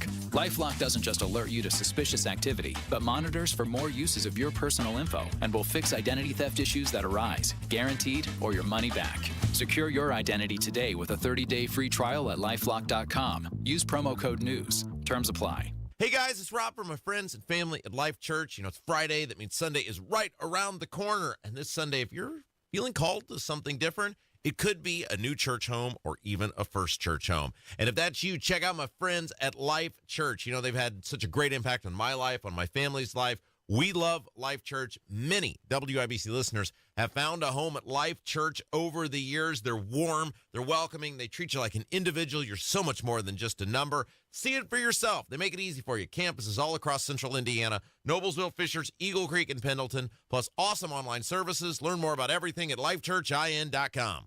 Here is Jiffy Lube of Indiana's COO, Lonnie Hinkle. Lots of Hoosiers belong to unlimited car wash programs because they want their car to look great. At Jiffy Lube, we're here to help you make sure your car runs great. So to help take care of your car inside and out, Jiffy Lube is offering everyone who belongs to a monthly car wash program a $20 discount and a free tire rotation from now through the end of the year. Just point out your car wash sticker and we'll do the rest. My Jiffy Lube teams are maintenance experts. Our computer system provides all of the manufacturer's maintenance recommendations for every make and model of vehicle, so we know exactly what every car needs to operate at its best. Jiffy Lube is your trusted one-stop shop for all that your car needs to run well for many years. You never need an appointment, and we now offer brakes, tires, tune-ups, and minor repairs at most stores. So stop in on your way to the car wash, save $20, plus get a free tire rotation just for belonging to a monthly car wash program.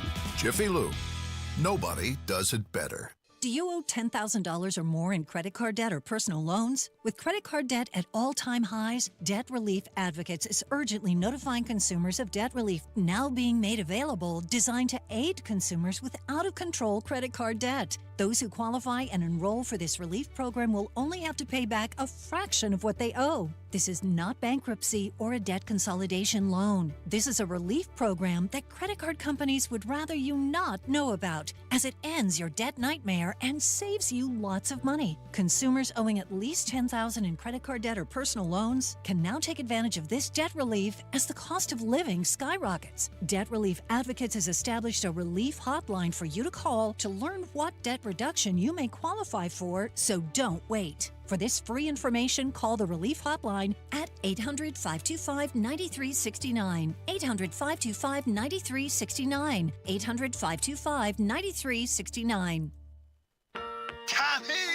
I can't wait for golf this weekend, huh, buddy? Time flies. Love you, man. Oh, don't forget your knee brace again. We aren't in college anymore. Moments together matter, so help protect yourself from RSV. If you're 75 or older or 60 plus with a chronic condition like asthma, COPD, heart disease, or severe diabetes, you're at higher risk of landing in the hospital from RSV, and there are no prescription RSV treatments. Check eligibility and schedule your RSV vaccine at vaxassist.com. Sponsored by Pfizer. Have you lost Indiana Medicaid? At healthcare.gov, you can find a low-cost, quality health plan. Do plans cover doctor visits? What about emergency care? And prescriptions? All covered and more. Plus, with the new law, 4 out of 5 customers can find a plan for $10 or less per month with financial help. Healthcare.gov is here for you. Enroll today for coverage starting the 1st of next month. Paid for by the U.S. Department of Health and Human Services. The big fall sale at Sundown Gardens continues. Save 20 to 50% off trees and shrubs, 50% off herbaceous perennials and pottery. 186th Street and Spring Mill Road. You're listening to the Kendall and Casey Show on 93 WIPC. It's time to hear from you. Kendall and Casey present Voicemails. Brought to you by QC Kinetics for non-surgical regenerative medicine treatment at 317-559-PAIN. It is the Friday edition of your voicemails at 317-684-8444 if you'd like to contribute with Kendall and Casey on 93 WIBC. So yesterday we were discussing how people were panic buying toilet paper, which led into a conversation about bidets. Do you remember when bidets became very popular during the pandemic, when everybody was panic buying toilet paper the last time? Well, somebody wanted to call and comment about maybe we need a bidet here at the radio station. Hey, you were complaining about the automation and whatnot in your toilets there at the station. Well, you guys ought to get some of those fancy Japanese jobbies that, have a bidet and it powders your bottom and plays pretty music while you're doing your business and all that other sort of stuff. So, I might as well just jump into full automation, as it were. Yeah, I've actually used one of those before over in Japan. An automated one? It's very efficient. Yeah, did it powder your bottom like he was saying? It did. So your husband was upset because everything is automated now in the restrooms, and he said of the 3 things, at least one of them will not work every time he goes into a restroom. It's true, don't you think? Yeah, no, I agree, and I don't know why we got out of the habit of just turning a faucet on and off. Right. I don't know why that's such a big deal. You can't touch it. Get your germs all over the faucet. Literally, flushing the toilets and just wash your hands, right? I'm totally with him. I don't know why we got out of that business. I can't believe that guy suggested, though, that we have a bidet here because we can't even get regular toilets to work, let alone We do have a 2 bidet. toilets, 2 urinals in there, though, now. And they're working? And they both appear to be working, yes. Congratulations. I'm happy for you. Yeah. Okay, somebody wanted to call and talk about Tim Walz's performance during the vice president debate. Hi, guys. This is Chris, Side Indy. Yeah, I watched part of the debate, and I was disappointed that Tim Walz was not burdened by what has been. It seems that his running mate feels that way, but I guess it hasn't rubbed off yet. Thanks, guys. Well, I think Tim Walz is burdened by his own lies. Well, he's a pathological liar. He's also a moron. Anyway, but this is a great example. Look at the people who elevate. he elevated himself to run an entire state based on lying about his military service. He lies about everything. Well, and what does that say about Kamala Harris? Because, she's been posed the question about, well, you've been able to make these changes that you're saying you want to make for the past 3.5 years and you haven't done it. And even if she argues, well, I'm the vice president, I don't have that kind of authority, I couldn't make these changes. Look at her first independent choice. Her first independent thing that she did on her own was pick her vice president, and she picked that guy. Yeah, and for the people who are trying to excuse the thing with Tiananmen Square, think about the most historic event that you've attended in person, right? You remember every intricate detail for the most part. I mean, as long as you got your mental faculties, about it. It's like, what's the most historic thing you've ever attended in person? I'm trying to think. I've seen a lot of presidents speak up at Notre Dame and, things like that, but... You ever interviewed a president? Not like you. I have. Did you know I interviewed the president? It was a great dream. I remember everything about that day. Like, I remember driving down there. I remember the night before. I remember Hope Hicks calling me while I was in bed to go over the interview with me. Did you know I once talked to Hope Hicks in bed, Casey? You loved it. Did you know that? I did not know that. I remember everything from the moment they told me. It's a new detail of the story that's coming out. No, not to our longtime listeners. We used to have a lot of fun with that. But I remember every intricate detail about that 24 hours. And if you were in Tiananmen Square, Tank Man. Right. You would remember that. Right. I mean, Bob and Tom used to have a guy on years ago, comedian, and his he was a famous comedian. He was on much more than just Bob and Tom, but he was Uncle BS was his skit. And he would make up that he was at these historical events. And Tim Walz is Uncle BS. Like, he's so full of it. There's no way you would forget that. It's one of the most historic events of the 20th century. Right. There's just an iconic photo of it. And, I don't know. I guess I got my dates wrong. Oh, give me a break. He misspoke. Well, Uncle BS. This is a guy who said that he was deaf to try to get out of a ticket. I mean, just the big things, the little things. All right, wait. Everything. Wait. I think we've all done some crazy things to try to get out of tickets before, right? Let's not just jump the gun on that one. I mean, you're going to excuse that lie? Well, I'm just saying, I think we've all, many of us have, maybe pulled some shenanigans to get out of a ticket. But the lying about the military service and the lying about being at Tiananmen Square, right? Come on. Well, and he was also fact-checked about his son witnessing a shooting. Well, have we verified that his... Well, there was a reporter yesterday, and his name was, I think, Paul Sperry, and he was from the New York Times, and he fact-checked, and it was found out that his son was in the vicinity, inside the rec center when it happened. So he heard a shooting, but he did not witness it. He heard a shooting. Correct. Well, you live in Indianapolis. How often do you hear a shooting? And that's what I said yesterday. There's a big difference between hearing it and witnessing it.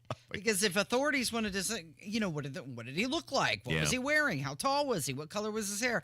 I wouldn't be able to tell you. Yeah. I heard it. I didn't see it. Yeah. Difference. Okay, so there was a new poll that came out yesterday.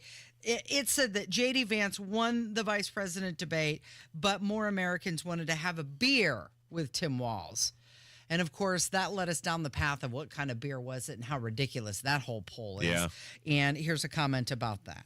Heard you guys talking about the J.D. Vance and Walz drinking beer. Well, we all know Walz would have to go for Yingling, the Chinese beer. Have a good day. That totally slipped my mind yesterday. I thought maybe he'd be like a Stella sort of guy. And another phone call about the beer conversation.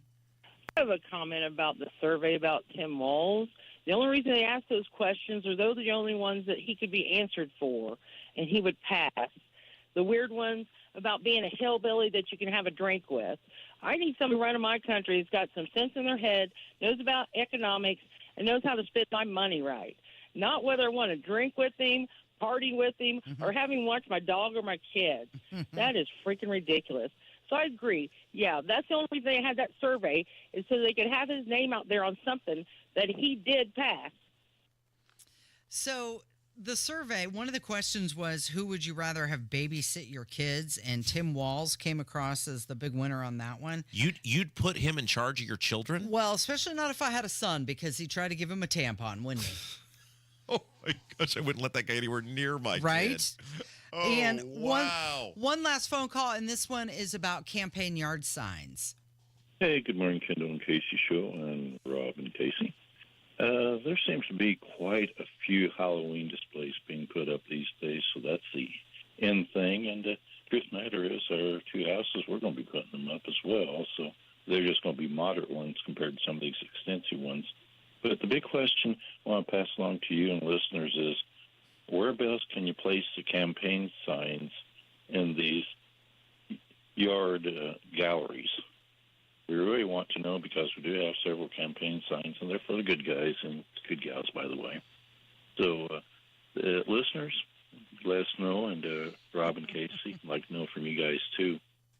So he's saying if you decorate your house Yeah. for the season, where do you put the yard signs? Gotta put them up front, right at the front of the yard. They got to take Everything precedent. else takes second back seat. Yeah, we're nearing in on 30 days, so put them up front. Yeah, where would you have nowhere to, you just have to put it in a window, right? Because you don't even have a yard. My postage stamp. Are you allowed front to have yard. a sign on your postage stamp? I assume so. Well, what are they going to do? Come by and say, take that down? Well, what'd they do last time? They tried to kick you out of the neighborhood. For not keeping my grass nice and green and lush. That's why I'll never live in a homeowners association ever again. It is Kendall and Casey on 93 WIBC.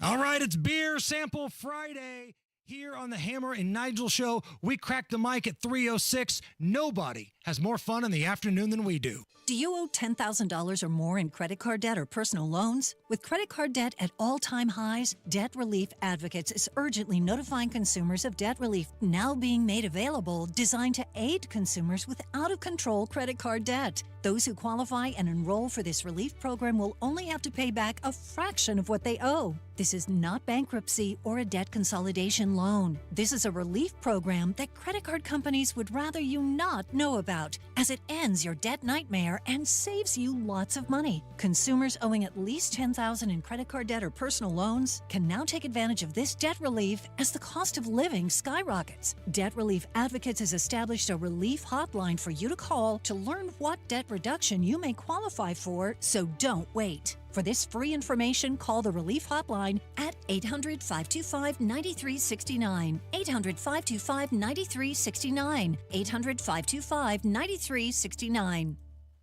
Jennifer McCormick backed Hillary Clinton for president. And when McCormick was in charge of education in Indiana, our schools ranked at the bottom. She even opposed school choice. Then McCormick backed Joe Biden for president and supported his trillion-dollar spending scheme that caused all the inflation. Now she runs for governor on a plan that would increase your energy bills, create a new Office of Environmental Justice, and ban gas stoves. Jennifer McCormick, hopelessly liberal. This is Mike Braun. Here's my plan for Indiana. I'll enforce immigration laws even when the federal government fails to act, keeping our streets safe and secure. And my plan lowers more costs. I'll cut property taxes, reduce energy bills, and expand parental choice and school voucher programs. Indiana needs strong leadership. We can get it done. Mike Braun, governor. Paid for by Mike Braun for Indiana. Warning, the following ZipRecruiter radio spot you are about to hear is going to be filled with F words. When you're hiring, we at ZipRecruiter know you can feel frustrated, forlorn even, like your efforts are futile, and you can spend a fortune trying to find fabulous people, only to get flooded with candidates who are just fine. Fortunately, ZipRecruiter figured out how to fix all of that. And right now, you can try ZipRecruiter for free at ZipRecruiter.com/free. With ZipRecruiter, you can forget your frustrations because we find the right people for your roles fast, which is our absolute favorite F word. In fact, 4 out of 5 employers who post on ZipRecruiter get a quality candidate within the first day. Fantastic. So, whether you need to hire 4, 40, or 400 people, get ready to meet first-rate talent. Just go to ZipRecruiter.com/free to try ZipRecruiter for free. Don't forget, that's ZipRecruiter.com/free. Finally, that's ZipRecruiter.com/free. As a mom, comforting my family is what I do best. Vicks VapoStick provides soothing, non-medicated Vicks vapors in an easy-to-apply stick, and it dries fast, so there's no mess. I use it to comfort myself and my family. Thanks, Mom. Vicks VapoStick, soothing comfort for the whole family. And when you need more comfort for yourself, try Vicks Vapo Shower Max for steamy Vicks vapors. Use as directed. VapoStick for use ages 4 and up. Vapo Shower Max use for adults only. Is your pet a digging enthusiast, an escape artist, or a counter surfer? Invisible Fence brand has you covered. For the wannabe landscaper, we've got a solution to keep them active but not destructive. For the escape artist, our personalized pet fences keep them safe and sound at home. Counter surfer? No problem. We know how to keep cheese thieves at bay. Invisible Fence brand. Tailor-made solutions for your pet, your yard, and your needs. Visit invisiblefence.com today. Join WIBC this Saturday for the Home and Garden Show live from Allisonville Home and Garden by Sullivan at 114th and Allisonville Road from 9 to 1. Celebrate fall and book a ride on the Sullivan Express train to Pumpkintown with Allisonville Home and Garden by Sullivan and 93 WIBC. There he is, a lean, mean fighting machine. Jason Hammer in the studio from the #1 rated Hammer and Nigel program. Good morning. So I have an idea for you, too. Yeah. As you know, there's no off switch on this Genius panel. You know how some wacky morning shows, they have, like, their name, like, hi, I'm Hot Wings. Hi, I'm Cold Beer. Like, there's an actual morning show somewhere in this country called Free Beer and Hot Wings I or worked something. with them. Did you really? Yes. Oh, it's ridiculous. All right, so Grand what you Rapids. guys should do is open up your midday show. Hi, I'm Jezebel. Hi, I'm Spirit. There we go. Jezebel and Spirit, they're here. You ever seen a bigger whiner than Jennifer McCormick? I mean, come on. People get called way worse all the time. Look what Micah gets called. Yeah, no kidding. She acted like he called her some 4-letter word that starts with a C and ends with a T. Oh, no. I think you'd be better off being the Jezebel, Rob. That would make it even better. I mean, good morning, everybody. It's Rocktober. I'm Jezebel. I'm Spirit. I mean, and you're supposed to believe she's some tough fighter who's going to go and show these men in the General Assembly how it's going to be. And she'd been whining for a week about saying she's a Jezebel Spirit. So what we did on our show is we're trying to cool the temperature, right? We're trying to de-escalate everything because that's the kind of guys we are at the Hammer and Nigel show. So even though Mike Braun did not apologize for the whole Jezebel Spirit thing, for the sake of gamesmanship, let's just say that he did. And if he did, here to break down what it would sound like is AI Mike Braun. So my opponent is upset that she was accused of having a Jezebel spirit. I know she is upset because she wouldn't shut the hell up about it. Of all of the issues in Indiana, she could have brought up 5 times. Not sure being called a Jezebel should make the top 10. But we are truly sorry. It won't happen again. Moving forward, we will not refer to Jennifer McCormick as having Jezebel spirit, and will take the high road and call her that crazy late-term abortion-loving broad.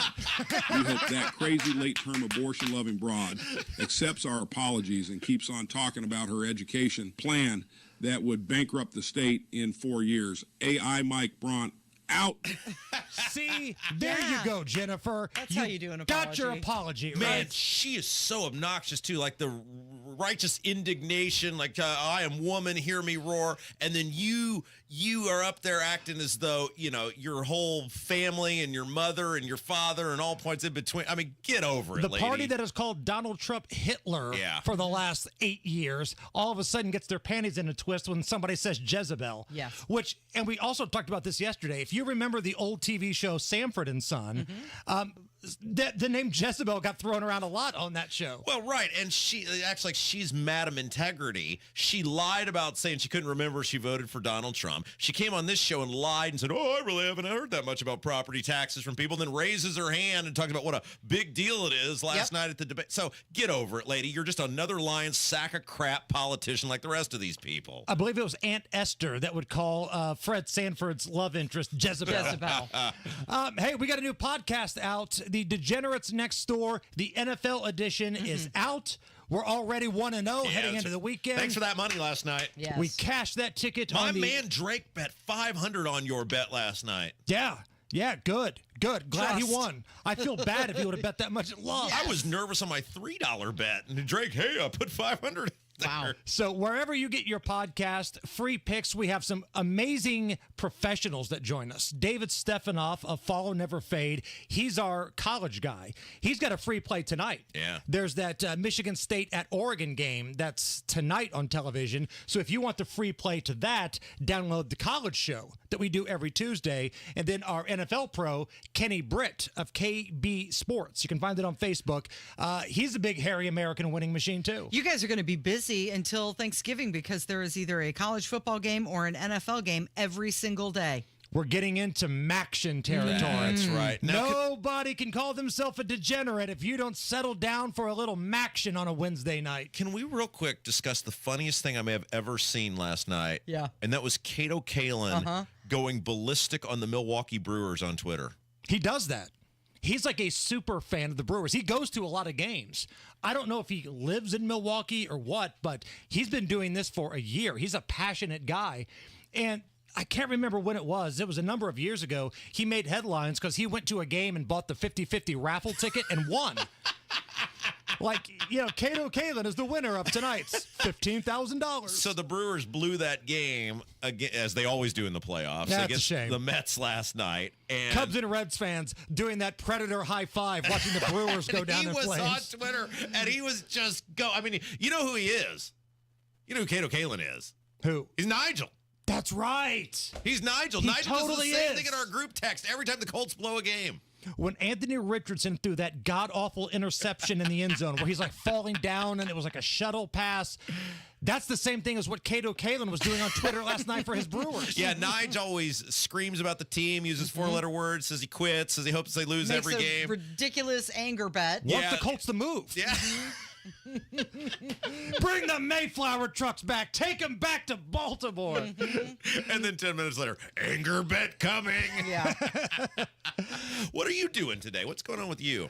Man, we're going to have a good time this afternoon. We got a lot of guests. The Attorney General, Todd Rokita, will join us. You got to ask him if he because he's debating Indiana Beto coming up here on Fox 59. You got to ask him because what's the deal? If he calls her an on-demand abortion advocate during the debate, you're buying pizza? You're with me on this. Am I in on this? Yeah, we're both together. It's the Degenerates Next Door podcast. Okay. We'll cover pizza and beer for the office. If Todd Rokita calls Indiana Beto, Destiny Wells, an on-demand abortion advocate. On the air. On the air. Yeah, you got to do it during the debate. And I don't know if it's pre-recorded or what, but it has to make it on the air. Yeah, it's got to make it on the air. Yeah. He'll do it. Yeah, Phil Sanchez will join us. We'll get his thoughts on what took place last night, and we'll talk a little Mets with him because he's a diehard Mets guy. Phil did a great job moderating that debate. Phil Sanchez is a good-looking man. Yeah, he's a beautiful person. Thanks, Hammer. You're listening to Kendall and Casey on 93 WYBC.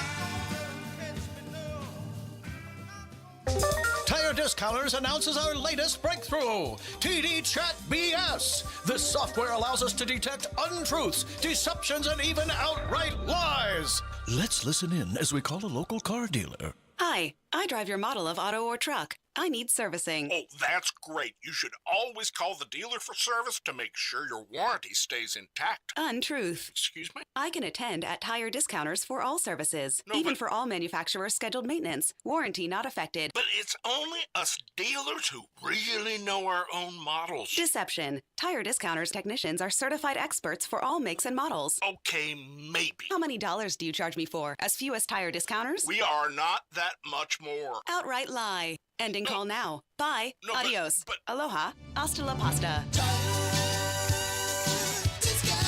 Right now, save up to $250 on Cooper tires, and Shocks and Struts are buy 3, get 1 free. Nobody cares for you like family. Family Heating and Air. Hi, this is Malia with Family Heating and Air, and as a mom myself, I know it's really important to keep the kiddos healthy. Air quality, humidity, those are super big issues on my concern list. If you share any of these concerns, give family a call, 317-577-8077. Family Heating and Air is your trusted local independent American Standard heating and air conditioning dealer. We know to contact Indiana 811 at least 2 working days before every dig. But did you know spraying a white line around your digging area means utility flags will be placed only in that area? Fewer flags in the yard? Easier mowing? Everybody wins.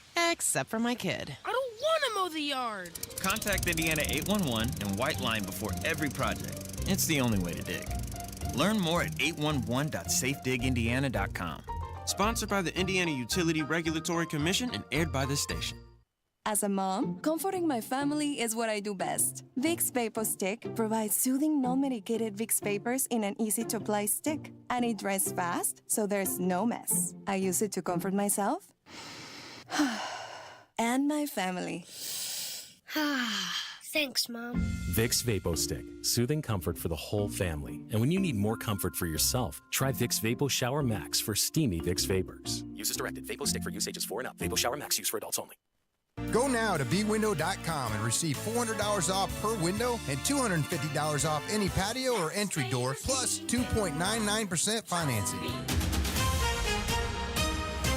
Coming up in 2 minutes, school choice was a dominant topic of discussion last night at the debate for governor on Wish. Plus, Donnie Burgess reports on what the city is rolling with as far as sexual harassment reporting and what the veteran has to say at Indiana Pacers training camp. I'm Kirk Darling. That and more coming up from the Technology Recycler Studios. After Fox News Radio, you're listening to 93 WYBC at WYBC HD1 Indianapolis. It's 11 o'clock.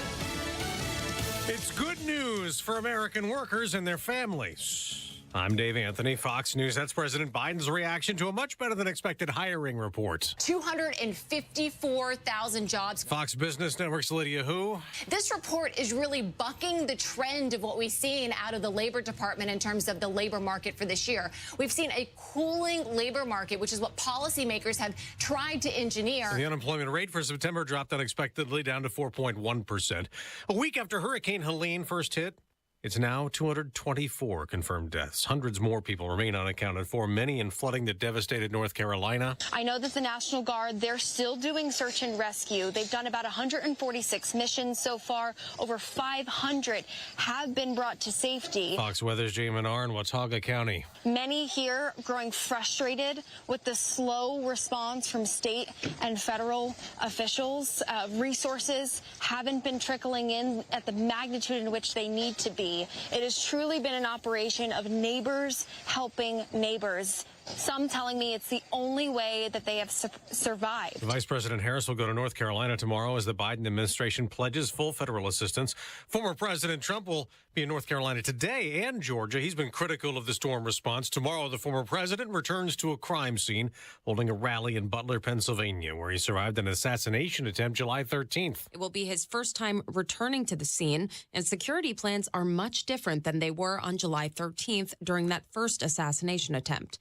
This time, the rally site will be locked down ahead of the event, and there will be a single command post for all law enforcement agencies working the rally. Fox's Brooke Singman, the former president, will also honor the Trump supporter who was killed in the shooting. 2 more Israeli soldiers have been killed battling Hezbollah as Israel keeps up air and ground attacks targeting the Iran-backed militants in Lebanon. America's listening to Fox News. 93 WIBC Mobile News. On the level, on the go.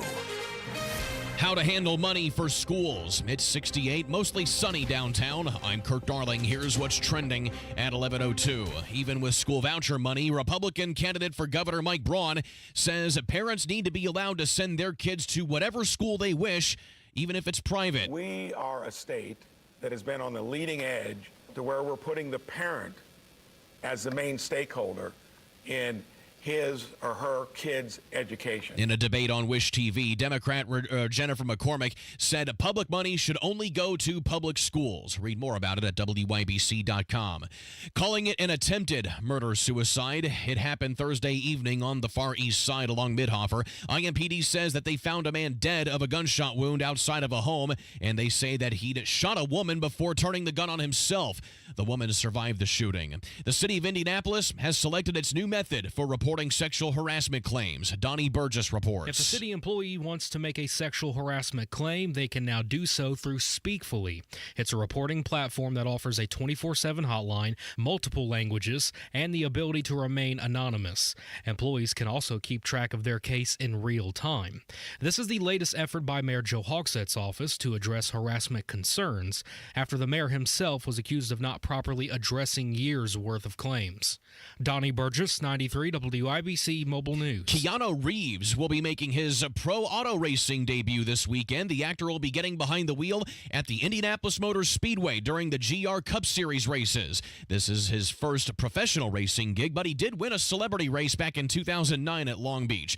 Ninth-year man Miles Turner says that with most of everybody back from last year, things are clicking already at Indiana Pacers training camp. I mean, just having a core group of guys, the same guys we had last year definitely helps because we just know each other, know each other's personnel, our personalities and whatnot, and just things to do well. So now it's just getting the young guys, I guess, up to speed. They have the Atlanta Hawks to start the preseason on Tuesday. I'm Kurt Darling on the level, on the go, and on WIBC.com.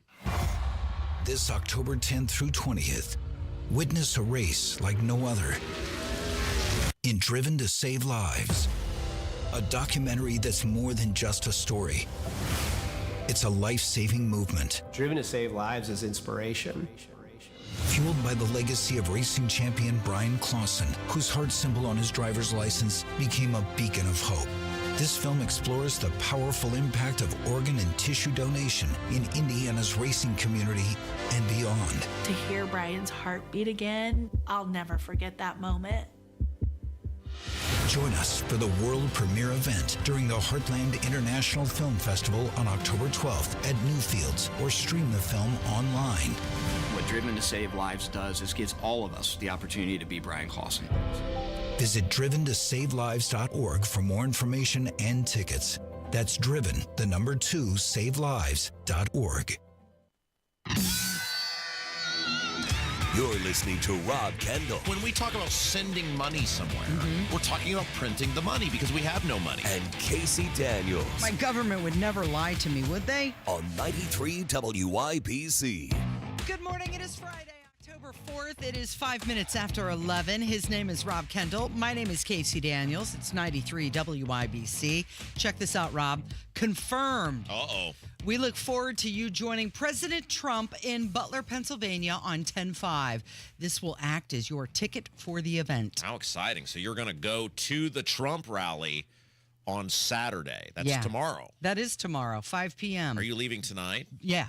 That's great. Leaving as soon as, we get done here with the show. I admire the adventure spirit that you have. You do all sorts of just random things and go random places. And I literally live 10 feet from the place I grew up in. That's as far as I've gone. You don't like to leave the county, let alone the state. Community. So I pulled it up on Google Maps. It's about a 6-hour drive. Yeah. So we'll be good to go. The spokesperson for the Secret Service said that the agency is in charge of the rally on Saturday. They said security manpower will be in the hundreds, and the agency is going to fly surveillance drones.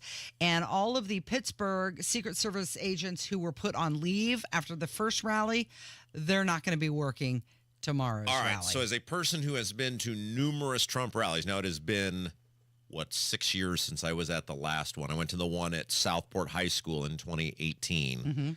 And so I'm guessing there's probably been some changes, updates, whatever. But would you like kind of a primer? Yeah. So I would certainly advise you to get, what time is the thing at? It's at 5 p.m. I would totally advise you to get there. Now, do you follow up? Because do you desire to be close to the stage?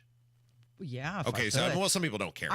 My expectations are pretty low because they're expecting between 15 and 60,000 people to attend. Well, what I was going to tell you. So I went to one at the fairground. Well, multiple ones at the fairgrounds.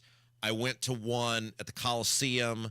I went to one at Southport. I went to one at Westfield. So obviously they weren't having near that many people at these events. But what I would tell you is if you desire to be anywhere near the stage, you're going to have to they generally form a line, and it will snake for, I'm sure, miles with that many people.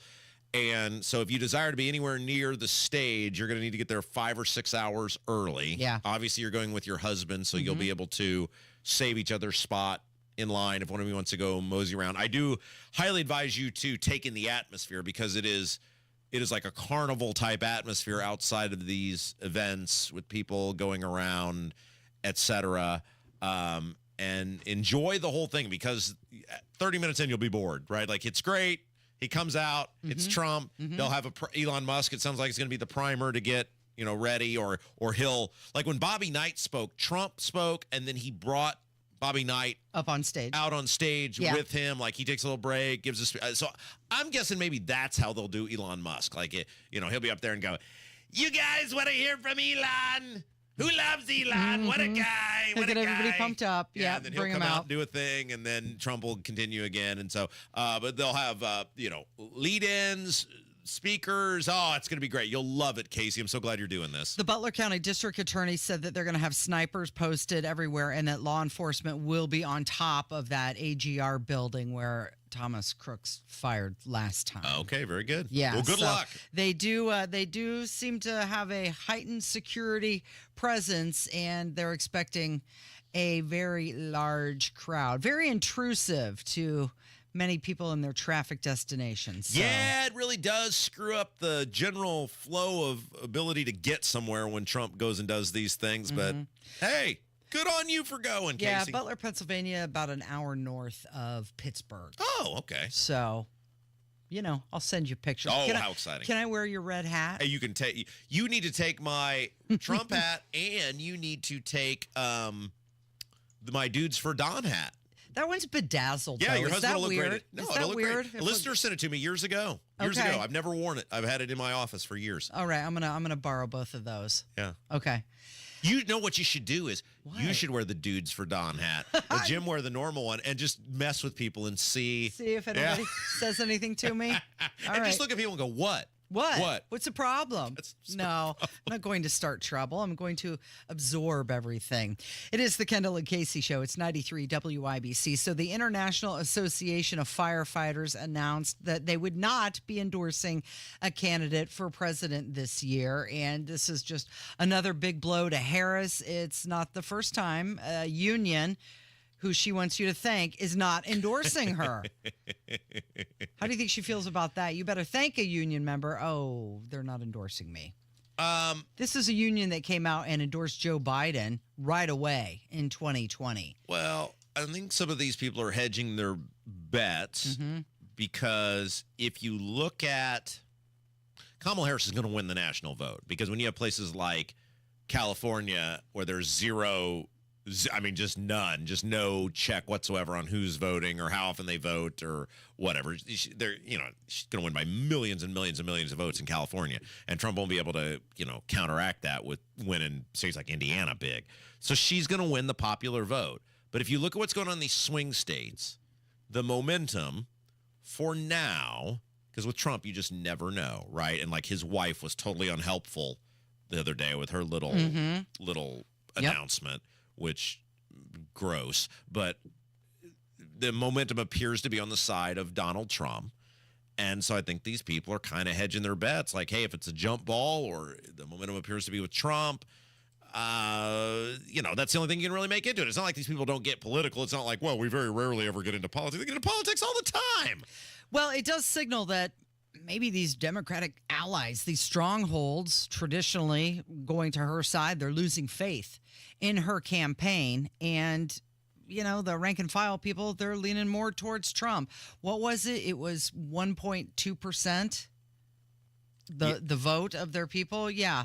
The union's president said the group's executive board voted 1.2% not to endorse. So that's a pretty small margin. Well, and a lot of times what that will mean is that and we saw this with the Teamsters, right? Where your rank and file is very divided, or they're divided, their preference is not yours, and it's so overwhelmingly obvious, which is what happened with Teamsters, that the actual membership was totally not where the union was, and so they said, well, we're not gonna have this endorse fight. Anybody. I wonder at this point, we talked about this earlier, and we talked about this numerous times over the past couple of weeks.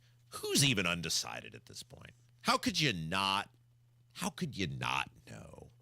Like what are you still waiting on? You're undecided if you're going to vote at all, is what it is. Well, that's a good point, right? I mean, the difference is so clear that what could you even be confused about? You mentioned Melania, and The View had something to say about Melania Trump. What's her name? Sunny Hostin. Sunny Hostin. Yeah. She said that she thinks that Melania wants to kill Donald Trump. I think she hates him. Yeah, well, yeah. Okay, so we can all That's a agree on given. that. That's a given. I also think that she wants to take him out. She does not want to be the first lady anymore. They agree with you. She doesn't want to be the first lady. She destroyed the Rose Garden. Who hates Christmas? Melania Trump hates Christmas. She doesn't want to decorate for Christmas. She doesn't want care. anything She to doesn't do with care him. about that. She doesn't want to sleep in the same room with him. She can't tolerate him. Allegedly. And she does. Yeah, how do you know all this? Yeah, I don't know. You don't know all this. Allegedly. That's why I say allegedly.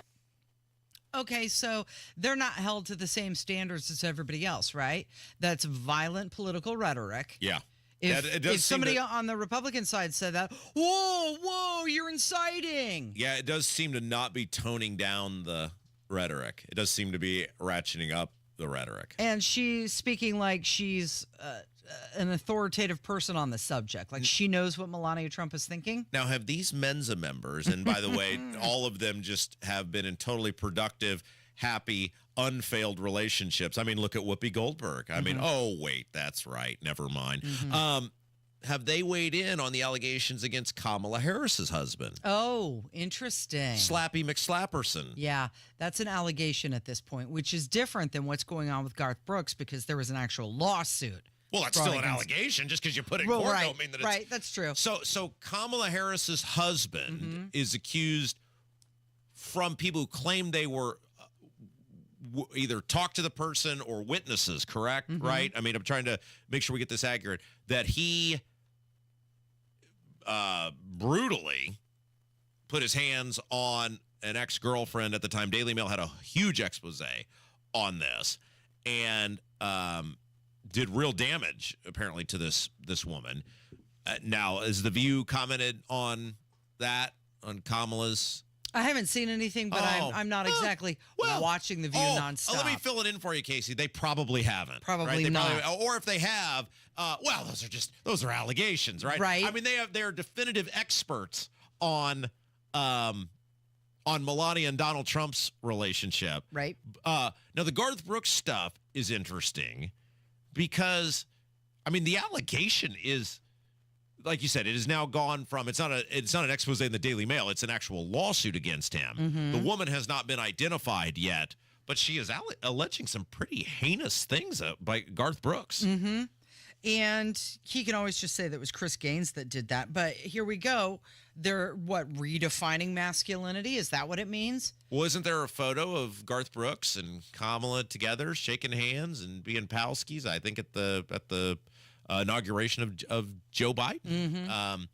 So look, it's obviously there's no, everybody's entitled to innocence until guilt is proven. There's no criminal charges against Garth Brooks, but he is accused of sexually assaulting this woman. Trisha Yearwood's makeup artist, I believe, is who it was. Oh, wow. Somebody who worked for his wife.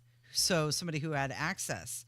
Apparently he was exposing himself to her and sending pictures, and she was like not wanting it. Okay, so you hit on the point here. So there's supposedly these text messages that were unwanted, and so this should be, from that standpoint, a pretty open and shut thing on whether we move forward with the allegations. Like, do these text messages exist? Okay, show the text messages. Let's see your response to them, and then we'll go from there, right? I mean, let's start there, shall we? If those text messages actually exist. Yeah. Garth Brooks, he's one of those interesting ones that he preaches love and passion, and then things like this come out. And I think many people, their inclination is to go with right away, oh, yeah, he's a scumbag. Yeah, but it's just an allegation, right? I mean, his side has offered no defense that I'm aware of yet. Now, I think they did deny the allegations. Right. But they've not offered any counter to this yet. You got to see what that is.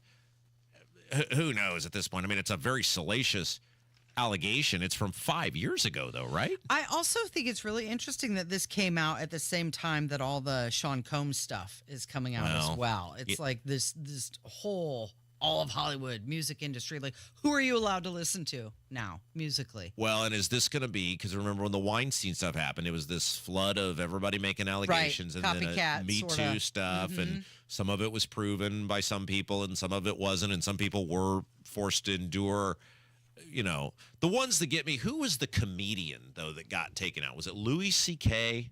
Was he the one who exposed himself to a woman but like had permission, like he had asked? And I'm trying to recall how that went. Can I show you my junk? Is that right, Kevin? I think you're Louis right. C.K., yeah. I think he brought women, or they came back with him to his room. Yeah. And then he exposed himself. But he like asked, his thing was, there was not, I'm trying to remember the whole story, right? Yeah, and I feel like they tried to ruin his whole career over it. Okay, if I type Louis C.K. exposed himself into my Google search bar at work, am I going to get in trouble, Casey, before I hit No, you're just doing research for the show.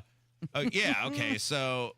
Yeah, I'm all these things. It's like Louis C.K.'s career shouldn't have ended for what he did,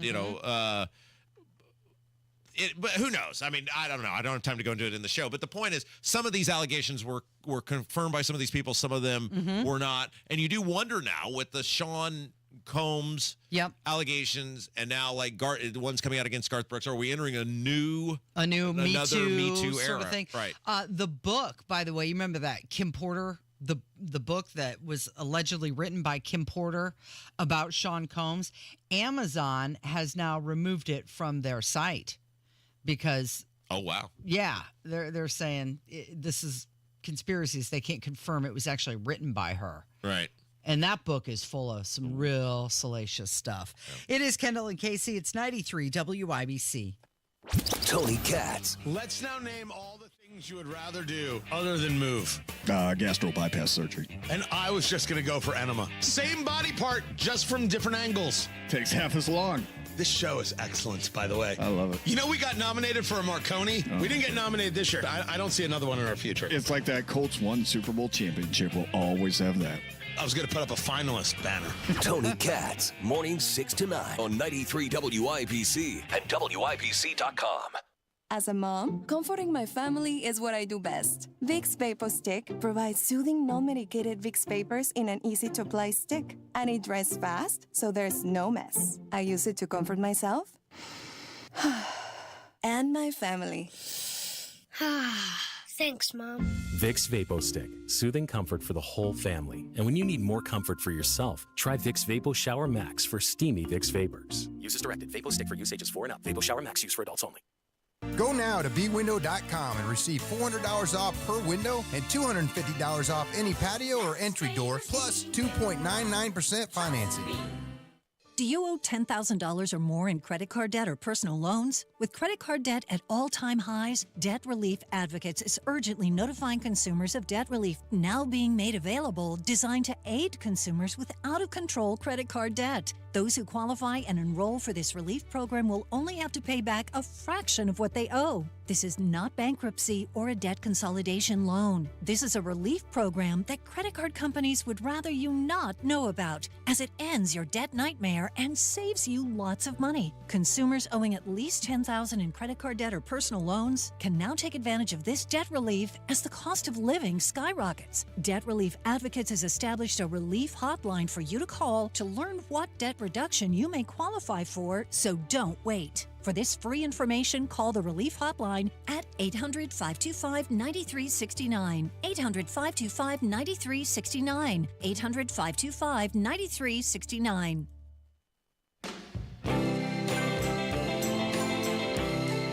Did you get to the bottom of it? A little research. Man. I mean, I asked you if it was all right if I put that in my search browser, so I just want to make sure. Yeah. And what did you find? Well, he definitely...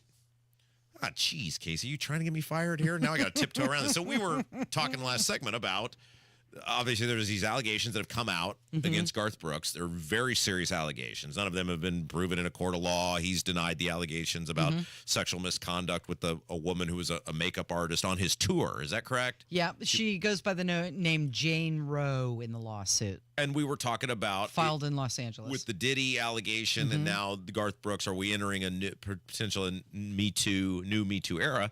And I was saying, the thing about Me Too is some of those allegations were proven and people did really horrific things, and people like Harvey Weinstein went to jail for them, as they should have. But there were some people who got totally taken out who, while their life may have been style may have been weird, or some people may think they're inappropriate. They weren't sexually assaulting people. And I was saying that I was trying to remember what happened to Louis C.K., and I was trying to remember the exact thing with him, and it sounds as I was remembering it, where he, you're trying to get me taken out here, Casey. It ain't gonna happen. I've got a 22-year career, and I'm not going down talking about Louis C.K. He engaged in behavior that some of us might have deemed bizarre or inappropriate. But it appears he asked for permission to do that bizarre behavior. And it seems as though when he was told no, he did not do the thing. Although, I mean, these are just the high-level reports. Maybe there's some people that were, I don't know. Anyway, enough with this. Okay, let's move on. I did follow through on trying to report the allegations accurately. That was nice. And it was for 2002. Yeah, it's been a while. You did tiptoe around that nicely. And kind of like Kamala Harris trying to tiptoe around this question, you sent me this clip last night, and it was a reporter asking her, you've had 4 years as vice president to do all the things that you promised you're going to do during the campaign, but you haven't done it. So good question on his part, right? A right? random, confused, accidental act of journalism breaking out. She seemed really surprised by the question, like it was totally unexpected. So let's give a listen to it.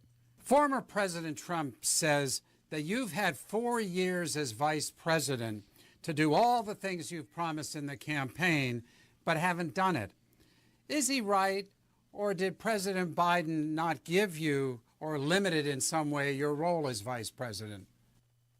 So let's start with this. I think that the former president is really becoming quite desperate, and is really been offering a lot of misstatements and misinformation. And perhaps it's because he wants to distract from the fact that he has offered no plan for the American people. I have talked about this before. I invite you to go to his rallies, and what you'll hear about full time is him talking about himself and his personal grievances, but what you won't hear him talking about is you and the needs that you have as a working person, as a family person. Okay, Kevin, stop it right there. So did you hear her answer that question? Nah. No. What did she do? She went at Trump. Right, exactly. She's sitting there accusing him of talking about himself the whole time. And what did she do? She talked about him too. Yeah, the governance of this country the last 4 years is indefensible. I mean, you have a vegetable old man who supposedly been calling the shots, who, when asked about the storm, appeared confused on which storm they were even asking him about. Yeah. And she has been lockstep with him the entire way. No public disagreements whatsoever. Biden told people, was it on The View, where he told the upstanding women of The View that he had put Kamala in charge of all of these things? Everything. And delegated it right over to her. You know, look, I got a lot of problems with Trump, but I mean, if we're comparing the two of them, I mean, it's not even close. I mean, what does this country look like if it's 4 years of her after 4 years of Biden? Oh my goodness, Casey. You won't recognize it. I can't even imagine what it's going to be. And look, your record is your record, right? I mean, everybody who's served in public office should be proud of the things they've done. And if you can't, by the way, nobody loves to talk about their record more than me, Casey. Why? Because I'm proud of it. I'm proud of all the taxes we got, the roads we built, the government we reformed. I'll sit here for 24 straight hours and I'll talk to you about how great a job I did and the things I'm proud of. She can't do any of that. There's nothing going on in this country where you go, man, that's freaking awesome. Well, I mean, just think about what we're dealing with right now. This is not even like, Afghanistan withdrawal that was totally awful, or anything, the inflation. Let's not even go there. Let's just talk about within the past, week. Ports were closed. Hundreds of Americans are missing in a natural disaster. FEMA saying they're out of money because they gave it all to illegals. ICE saying there's 600,000 criminals in our midst. You've got war breaking out in the Middle East. Emergency oil reserves are depleted, and that woman wants a promotion. Yeah, and she might get it. That's the crazy thing about what's going on in this country is competency just doesn't matter. Competency and accountability do not matter anymore. I mean, look at the reality. Look at the choices that we have. Like even here in the state of Indiana, look at the choices for the statewide office. Let's take Senate. Shall we start there? You got Jim Banks, who won't debate. He's been a congressman for 6 years. He was a state senator before that. And he flat out refuses, apparently so ashamed of his record, he won't stand on a stage and debate. Then another choice for Senate, Andy Horning, who's been running since the earth was young and never getting close to winning anything. And Valerie McRae, who you wouldn't know her if she walked past you. Okay, there's your choices for U.S. Senate. Any of those stand out for you? You pumped up about any of those? Let's talk about the Attorney General's race, shall we? Okay. We got an on-demand abortion lunatic in Destiny Wells who's more interested in trying to defy Indiana law that you can suck brains out of defenseless fetuses than actually doing the job, which is to uphold the laws of the state of Indiana. And do we have long enough to go into all the messes and disasters of Rokita? Yeah. No. Any of those choices inspire you to go vote? No, of course not. Let's talk about governor, shall we? Okay. We got Don Rainwater, the libertarian, who had 4 years to come up with a tax plan, and when you ask him for any numbers, you get beep, beep, beep, beep, beep, beep, beep, beep. You got Jennifer McCormick, the Democrat, who was a Democrat, then was a Republican, now is a Democrat again. You ask her about her plan, it bankrupts the state in 4 years, and she acts like she's offended and her life has been destroyed because someone said she had a Jezebel spirit.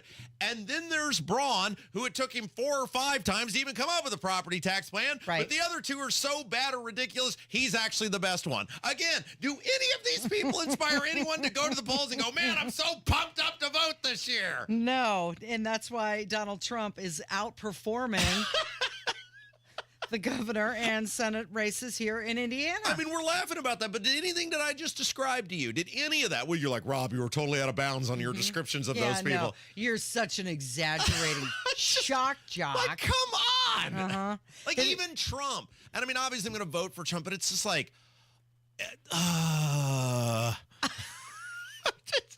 Can't we just get like ironclad, just be normal, competent, normal people who have plans with details that we say I'm really pumped up about? I mean, you're asking for so much. You know what I'm most fired up about voting for this year, Casey? The school board. I was going to say it's the school board race. I am most fired up. Because there's somebody in your district who you like. Gordon Hayward and John Acton are awesome, great dudes, and I can't wait to try to fire those incompetent buffoons, Eric Hilton and Mike Wells. But that's it. The school board. That's what I'm most passionate about this year. Now I'm going to vote on some of these other things. Well, but you know what? You've got a young one who will be entering the school district soon. So that's going to play a big role in your life coming up. I'm just so depressed. It's just so depressing. All right. Well, let's talk about something that'll make you happy. We'll find something next, okay? Oh, how exciting. All right. It's Kendall and Casey on 93 WIBC. 93 WIBC Mobile News. On the level, on the go. It keeps going up. I'm Kurt Darling. Here's what's trending at 11:30. 215 people. That's how many people have been killed by what was left behind of Hurricane Helene. That makes the storm the worst since Hurricane Katrina. Flooding, landslides, and other disasters associated with the storm have devastated the mountain regions of North Carolina. Republican candidate for governor Mike Braun says you have the final say in your kids' education. So all in all, choice, competition, parents in the driver's seat. Even with school voucher money, which Democrat Jennifer McCormick says should only stay with public schools. Our state constitution is clear. It says to fund common schools, which are determined to be public schools. Both debating on Wish TV on Thursday. More on that debate at WYBC.com. I'm Kurt Darling, on the level, on the go, and on WYBC.com.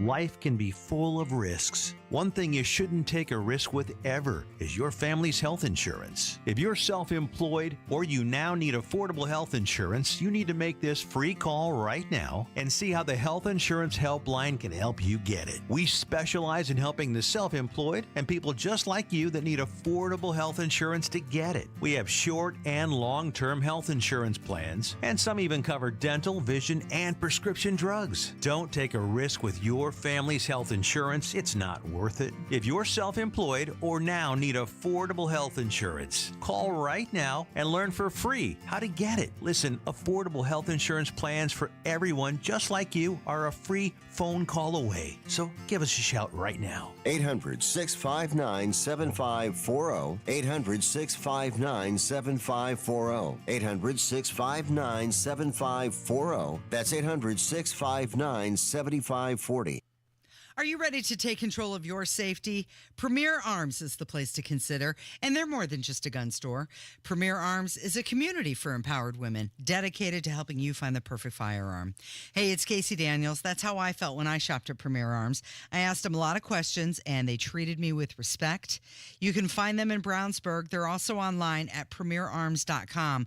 Their phone number, 317-858-3030. Are you concerned about rising gasoline taxes? I'm Donald Rainwater, Libertarian candidate for governor. Hoosiers currently pay sales tax and excise tax on gasoline to the state. No one should pay two taxes for gasoline. So my plan is to abolish the gasoline excise tax in Indiana. To learn more about my plan to make Indiana government less taxing, go to rainwaterforindiana.com.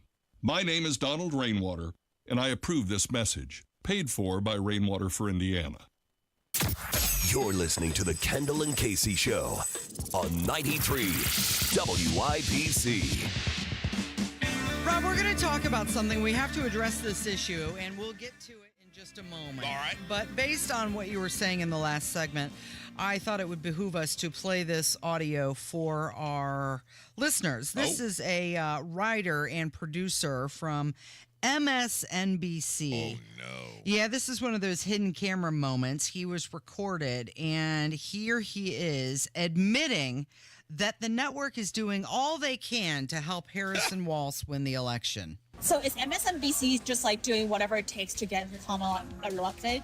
Yes. It hammers home the point that I'm making, that this news network is indistinguishable from the party. Are they just the Democratic Party's mouthpiece? Exactly. MSNBC is the Democratic Party's mouthpiece. Yeah.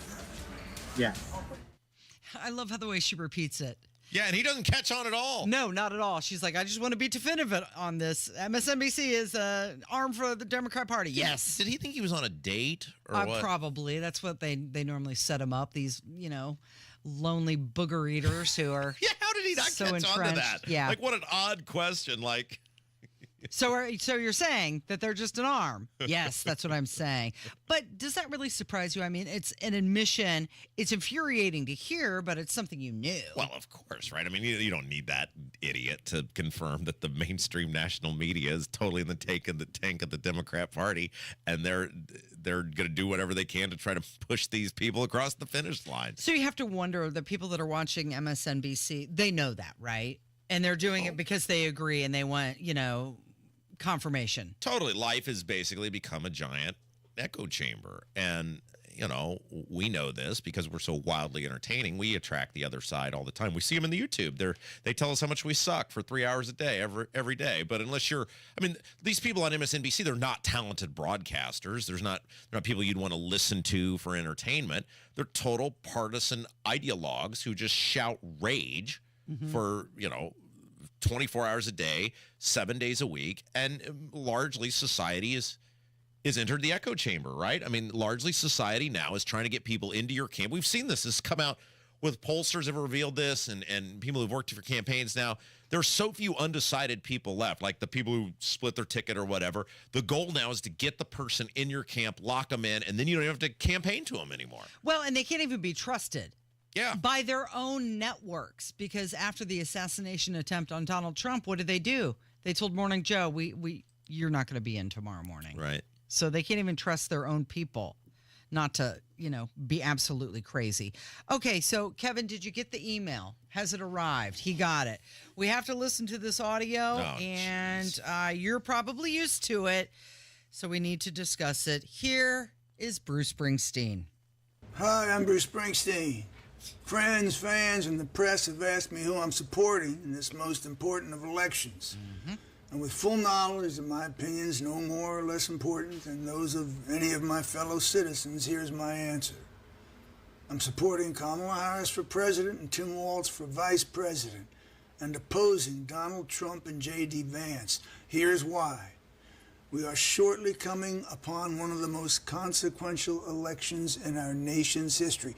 Perhaps not since the Civil War has this great country felt as politically, spiritually, and emotionally divided as it does then at this moment. It doesn't have to be this way. Okay. The common values, the shared stories that make us a great and united nation are waiting to be rediscovered and retold once again. Oh. Now, that will take time. Hard work, Turn it into the intelligence, River faith, album again. and women and men with the national good. Okay. All right. So, we done? okay, so look, I'm fair enough. I'm going to do Taylor Swift. I'm going to do it to him, too. Okay. I remember in 2004, Yeah. they did this big concert for change thing. That was the first presidential, is that right? Yeah, that would have been the first presidential election I was eligible to vote for. And I remember they did that big concert for change thing where it was Springsteen and Fogerty and REM and I think Pearl Jam and all of these huge artists. They went to these arenas and all the money's going to go to John Kerry. And I remember thinking, oh my gosh, like how do I square that one of my heroes is vehemently opposed to the thing that I am for, and thinking, oh my gosh, these musicians, there's all these concerts, arenas full of people, and they're going to sway all these people, and it didn't change anything, right? Like George Bush still won the presidency easily, and it didn't change anything. And every election since, these guys do the same things, and it's just like the Bruce Springsteen that I admired, the guy who wrote everything from Born to Run to Born in the USA, 1975 to 1984, wrote 5 of the greatest, most moving albums of all time. That person no longer exists, right? He's a billionaire. And you just look at him, man. He looks old and he's frail. That's why I stopped going to the concerts. It's like, I can't deal with the politics. And you look at this guy, and by the way, the plastic surgery is very, very turn-offy for me that, he's supposed to be the love affair of Bruce Springsteen was the working man's artist, right? Okay, well, let's talk about that for a second. He's got like a Botox, and it's like, come on, dude. Yes, he does. His skin is a little smoother than maybe what it should be naturally. A little smoother? Yeah. Okay, but here's the thing. He's sitting in what looks to be like a diner. Sure. Right? He's up at the counter. He's wearing this flannel shirt. Right. It's just a very casual setting, although clearly it's a production because nobody else is in the diner. Course, it's like they emptied it out so he could sit there. It's like a the movie set. lighting, seriously, the lighting is perfect. Absolutely. There's no shadows, nothing. And he's just kind of leaning on the counter like he's Mr. Casual Guy. And he's, hey, I'm Bruce Springsteen. People want to know who I'm endorsing. Right. And it's going to be Kamala Harris. Okay. And you mentioned it. The guy's a Grammy winner. He's a millionaire. But here he is posing, trying to be Mr. Regular Guy. Well, and the people he's supporting are in direct contrast to, or have produced results that are in direct contrast to the things that his music because there was a time went against. Well, there was a time, like I said, 1975 to 1985, that he wrote 5 incredibly compelling albums, and it was largely shunning politics of both sides and talking about the people who were caught in the middle during a very dark moment. Those 10 years, the country kind of began to come out of it in 1984, and then it was a boom period. But those 8 or 9 years were a very, very dark, horrible time in our country on many levels, and his music sort of captured those characters and the things they were feeling and the lives they were leading and the lack of, especially after Born to Run, the lack of optimism that those people had of an America that was presented to them. And he's endorsing people who have created the same thing that propelled him to be a superstar, for lamenting the lives of those people and the environment that have been created for them. He called Donald Trump the most dangerous candidate for president in my lifetime. Yeah. In his entire lifetime. Well, he said it about Bush. Yeah, it's the same thing. Romney was that. Okay, so he says, friends and family and the press have been asking me who I'm supporting. Do you think that's true? Do you think anybody walked up to him thinking he was going to give a Republican ever, right? Casey. Like nobody was thinking he was going to give a different answer than what he did. Right. Everybody's asking me. Okay, so great. Everybody was asking him. Mm-hmm.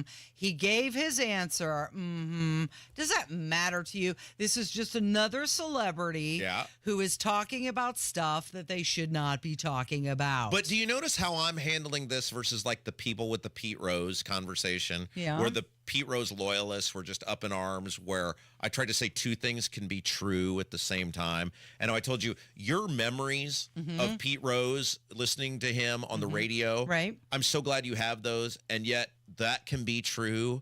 And yet Pete Rose was a complete dirtball who did horrific things and should not have ever been allowed back in baseball for what he, like, these 2 things can be true. You notice how I'm also saying that, hey, this guy could have done these great things, and they meant something to me, because the reality is, at a time in my life where I wasn't doing so hot, his music had a profound influence on me. My now departed buddy Paul Wilson used to describe him as like the voice from above, and it was like that voice to say, keep going. These people are experiencing the things you're experiencing. They're having the same emotions that you had years before you would hear this. And the message, there was always this, in the downtroddenness of the message, there was always this ray of hope and optimism at the end of almost everything. And that kept me going. And I'll be forever grateful for that. Much of what I have here and now and am is because of that. I named my dog after the guy, for crying out loud. So what you're saying is you have the ability to separate the two. It doesn't change what that music meant to me. It doesn't change the impact it had on me. It doesn't change the joy I've gotten over the years seeing him perform. But I can look at all these things and still say, you're so wrong and you're so ignorant and you sound so ridiculous at this stage of your existence. Well, it comes across as so fake. Of course it does.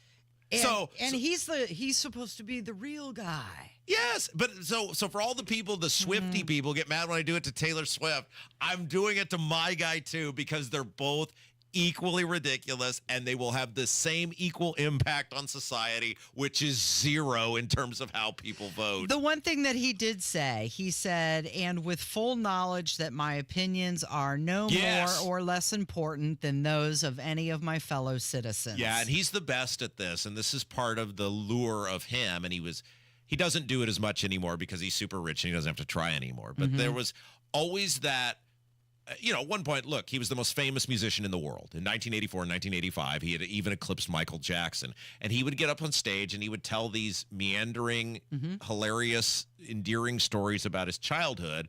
And he would do it with this. He was the master of the aw shucks. Like, I know I'm bigger than you, and I know I'm better than you, and I know you've paid whatever money you had left in your wallet to be here, but aw shucks, we're all just the same. And he's always been the master at that. When he turns on the charm and he wants to, and he brings people in hook, line, and sinker, and he still does it. But anyway, just for the record, I did it to my own guy. I am, if nothing, consistent. I lay it out to everybody, and so I don't want to hear it from the Swifties or anybody else going forward, because I am an equal opportunity ripper-upper when these musicians do stupid stuff. Okay, there was another endorsement that happened yesterday for Kamala Harris, and boy, you would have thought it was the biggest thing since sliced bread. Uh-oh. And I got to tell you, it meant zero to me. I could care less. Who is it? Liz Cheney. What?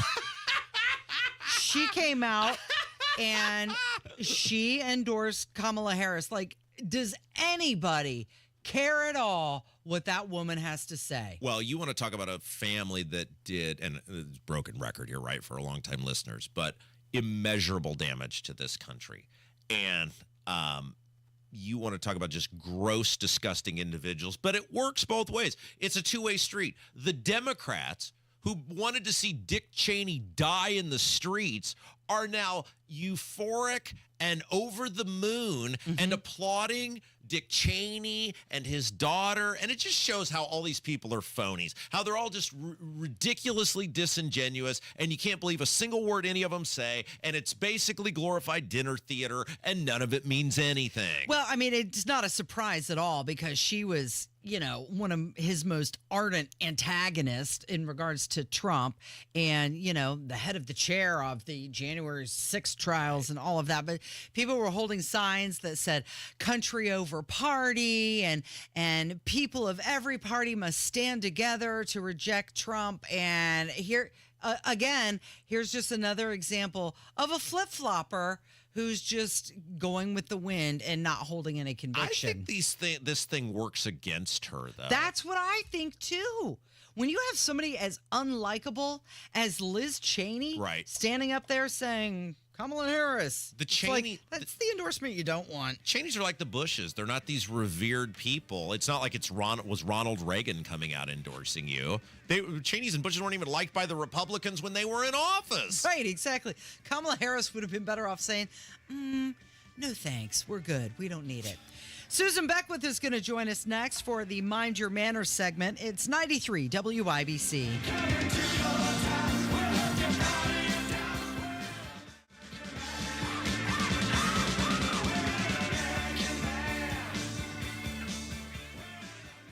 The victims of Hurricane Helene need our help. Go to salarmy.us/Indiana EDS. That's salarmy.us/Indiana EDS. From the Salvation Army and WIBC.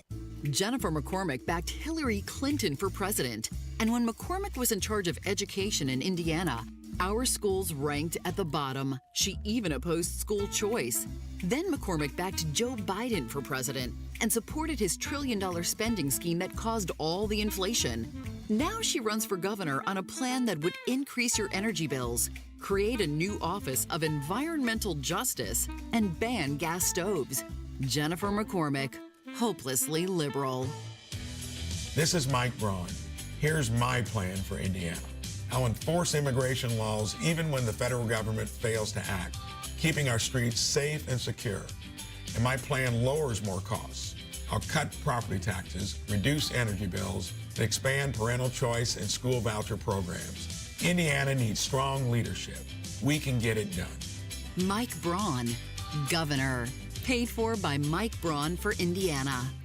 Hey, it's Robin. I've put my name behind Garage Doors of Indianapolis for the past 7 years because they're a local conservative company that does quality work on time. In many ways, Garage Doors of Indianapolis is the perfect Hoosier. Recently, they helped my family in a garage door pinch by arriving on site quickly and fixing the problem right away. For all of your garage door needs, call Garage Doors of Indianapolis at 317-875-4577. 317-875-4577. Or visit them at doorstoday.com. Tell them Rob sent you.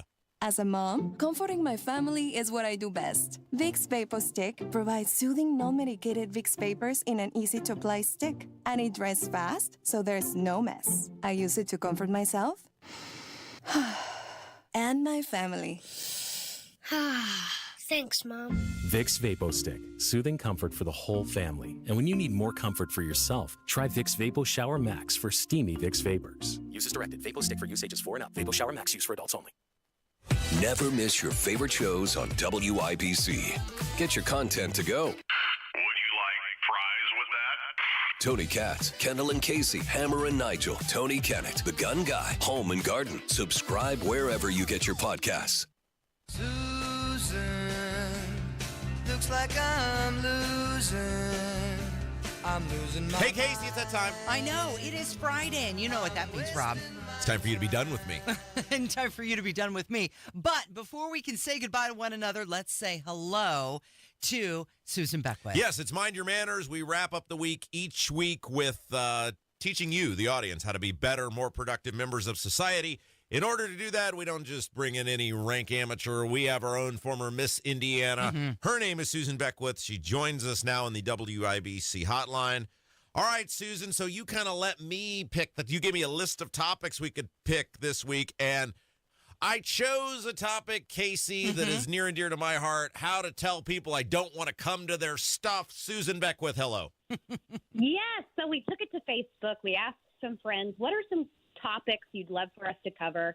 This was one that was listed, and basically, how do you decline an invitation, graciously?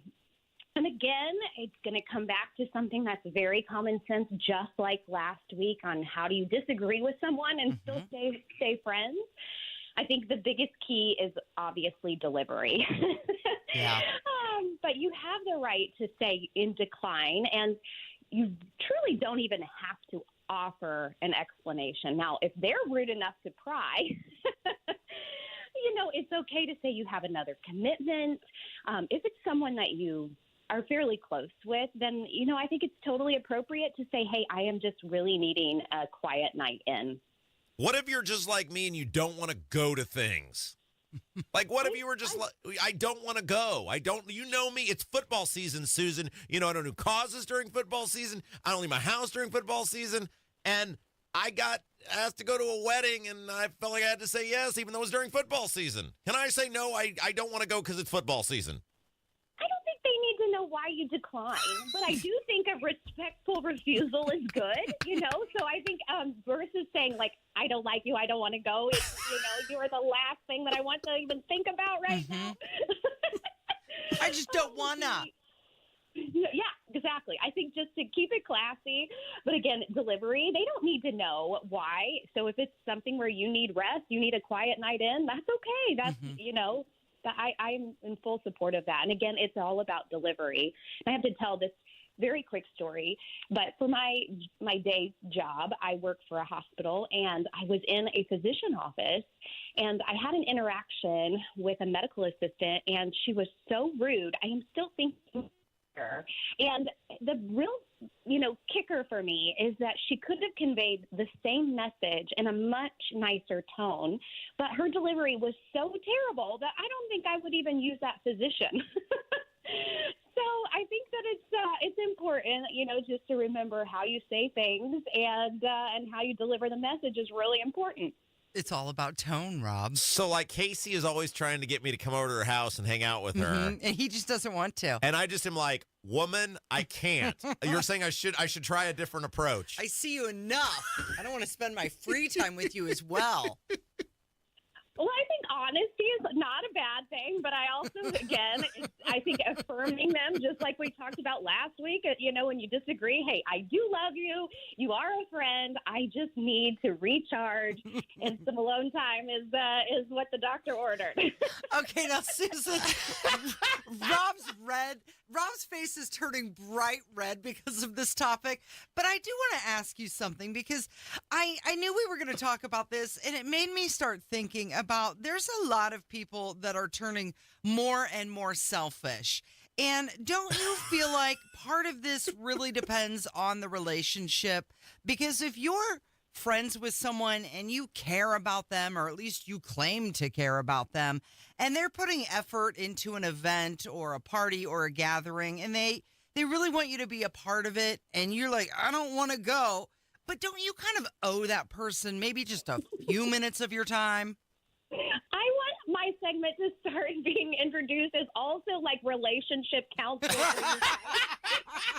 Oh my word. Yes. You know what? I do think that a friendship is about give and take. And so hopefully, Rob, you can suck it up every now and then and invest in your friendship and relationship. But then also, Casey, I think it's good that you recognize that, Rob really is not a people person. But it's a two-way street. Mm-hmm. Like, people should know I do a sports betting podcast, Casey. It is it's Christmas. Football is the equivalent of Christmas to the retail stores, right? Mm-hmm. Like, this is what I do. Uh-huh. I tell my wife this, and my wife knows the rules, and she knew when she married me. Uh-huh. Any time that is not football season, I don't like basketball. They've ruined baseball for me. I mean, we got the 4 majors in golf that I'm not participating in anything, but pretty much anything else. So whatever that is, it's basically 60% of the year. I'll do whatever you want, whenever you want to do it. But Thursdays, Saturdays, Sundays, and Mondays. Heck, even Tuesdays and Wednesdays during football season, I'm available. Don't they have an onus, Susan, to know what's convenient for me? Well, I do feel like, look, that was compromise. So you're saying I do value you and I want to spend time with you. I just, during this season, I'm not available. And I think that's completely fair. My wife knows February through August, I totally value her. Mm-hmm. However, Thursday, Friday, Saturday, Sunday, Monday, September through January, she knew what she signed up for. I can't come to your event or hang out with you yet. I will text you all weekend long. And let me say this just real quick before I know we got to go here soon. But you know why I love Life Church? Because they have a 9 a.m. service. They are thinking of me because the NFL games don't start till 1, which means I'm home by noon, baby. Another reason to love Life Church. I love it. Oh, and this last Sunday was awesome because our lead pastor is a Steelers fan. And so, so I was so happy to see the Colts actually pull out that W. So you're telling me, Susan, it is okay. You should probably just be kind of nice, but it is okay if you don't want to do something to politely tell people, I ain't coming. Absolutely. I think that's fair, and I don't need to know the nitty-gritty. I think it's okay just to politely decline. And, again, always with relationships, sometimes it's just about how you say it. Yeah, people just feel guilty, though.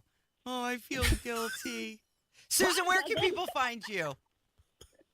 You can find me on my website. I loved hearing from you. I've got some good ones questions that we haven't tackled yet, so those will be coming in the weeks to come. So find me on Facebook or Instagram also if you have other thoughts. And it's been good.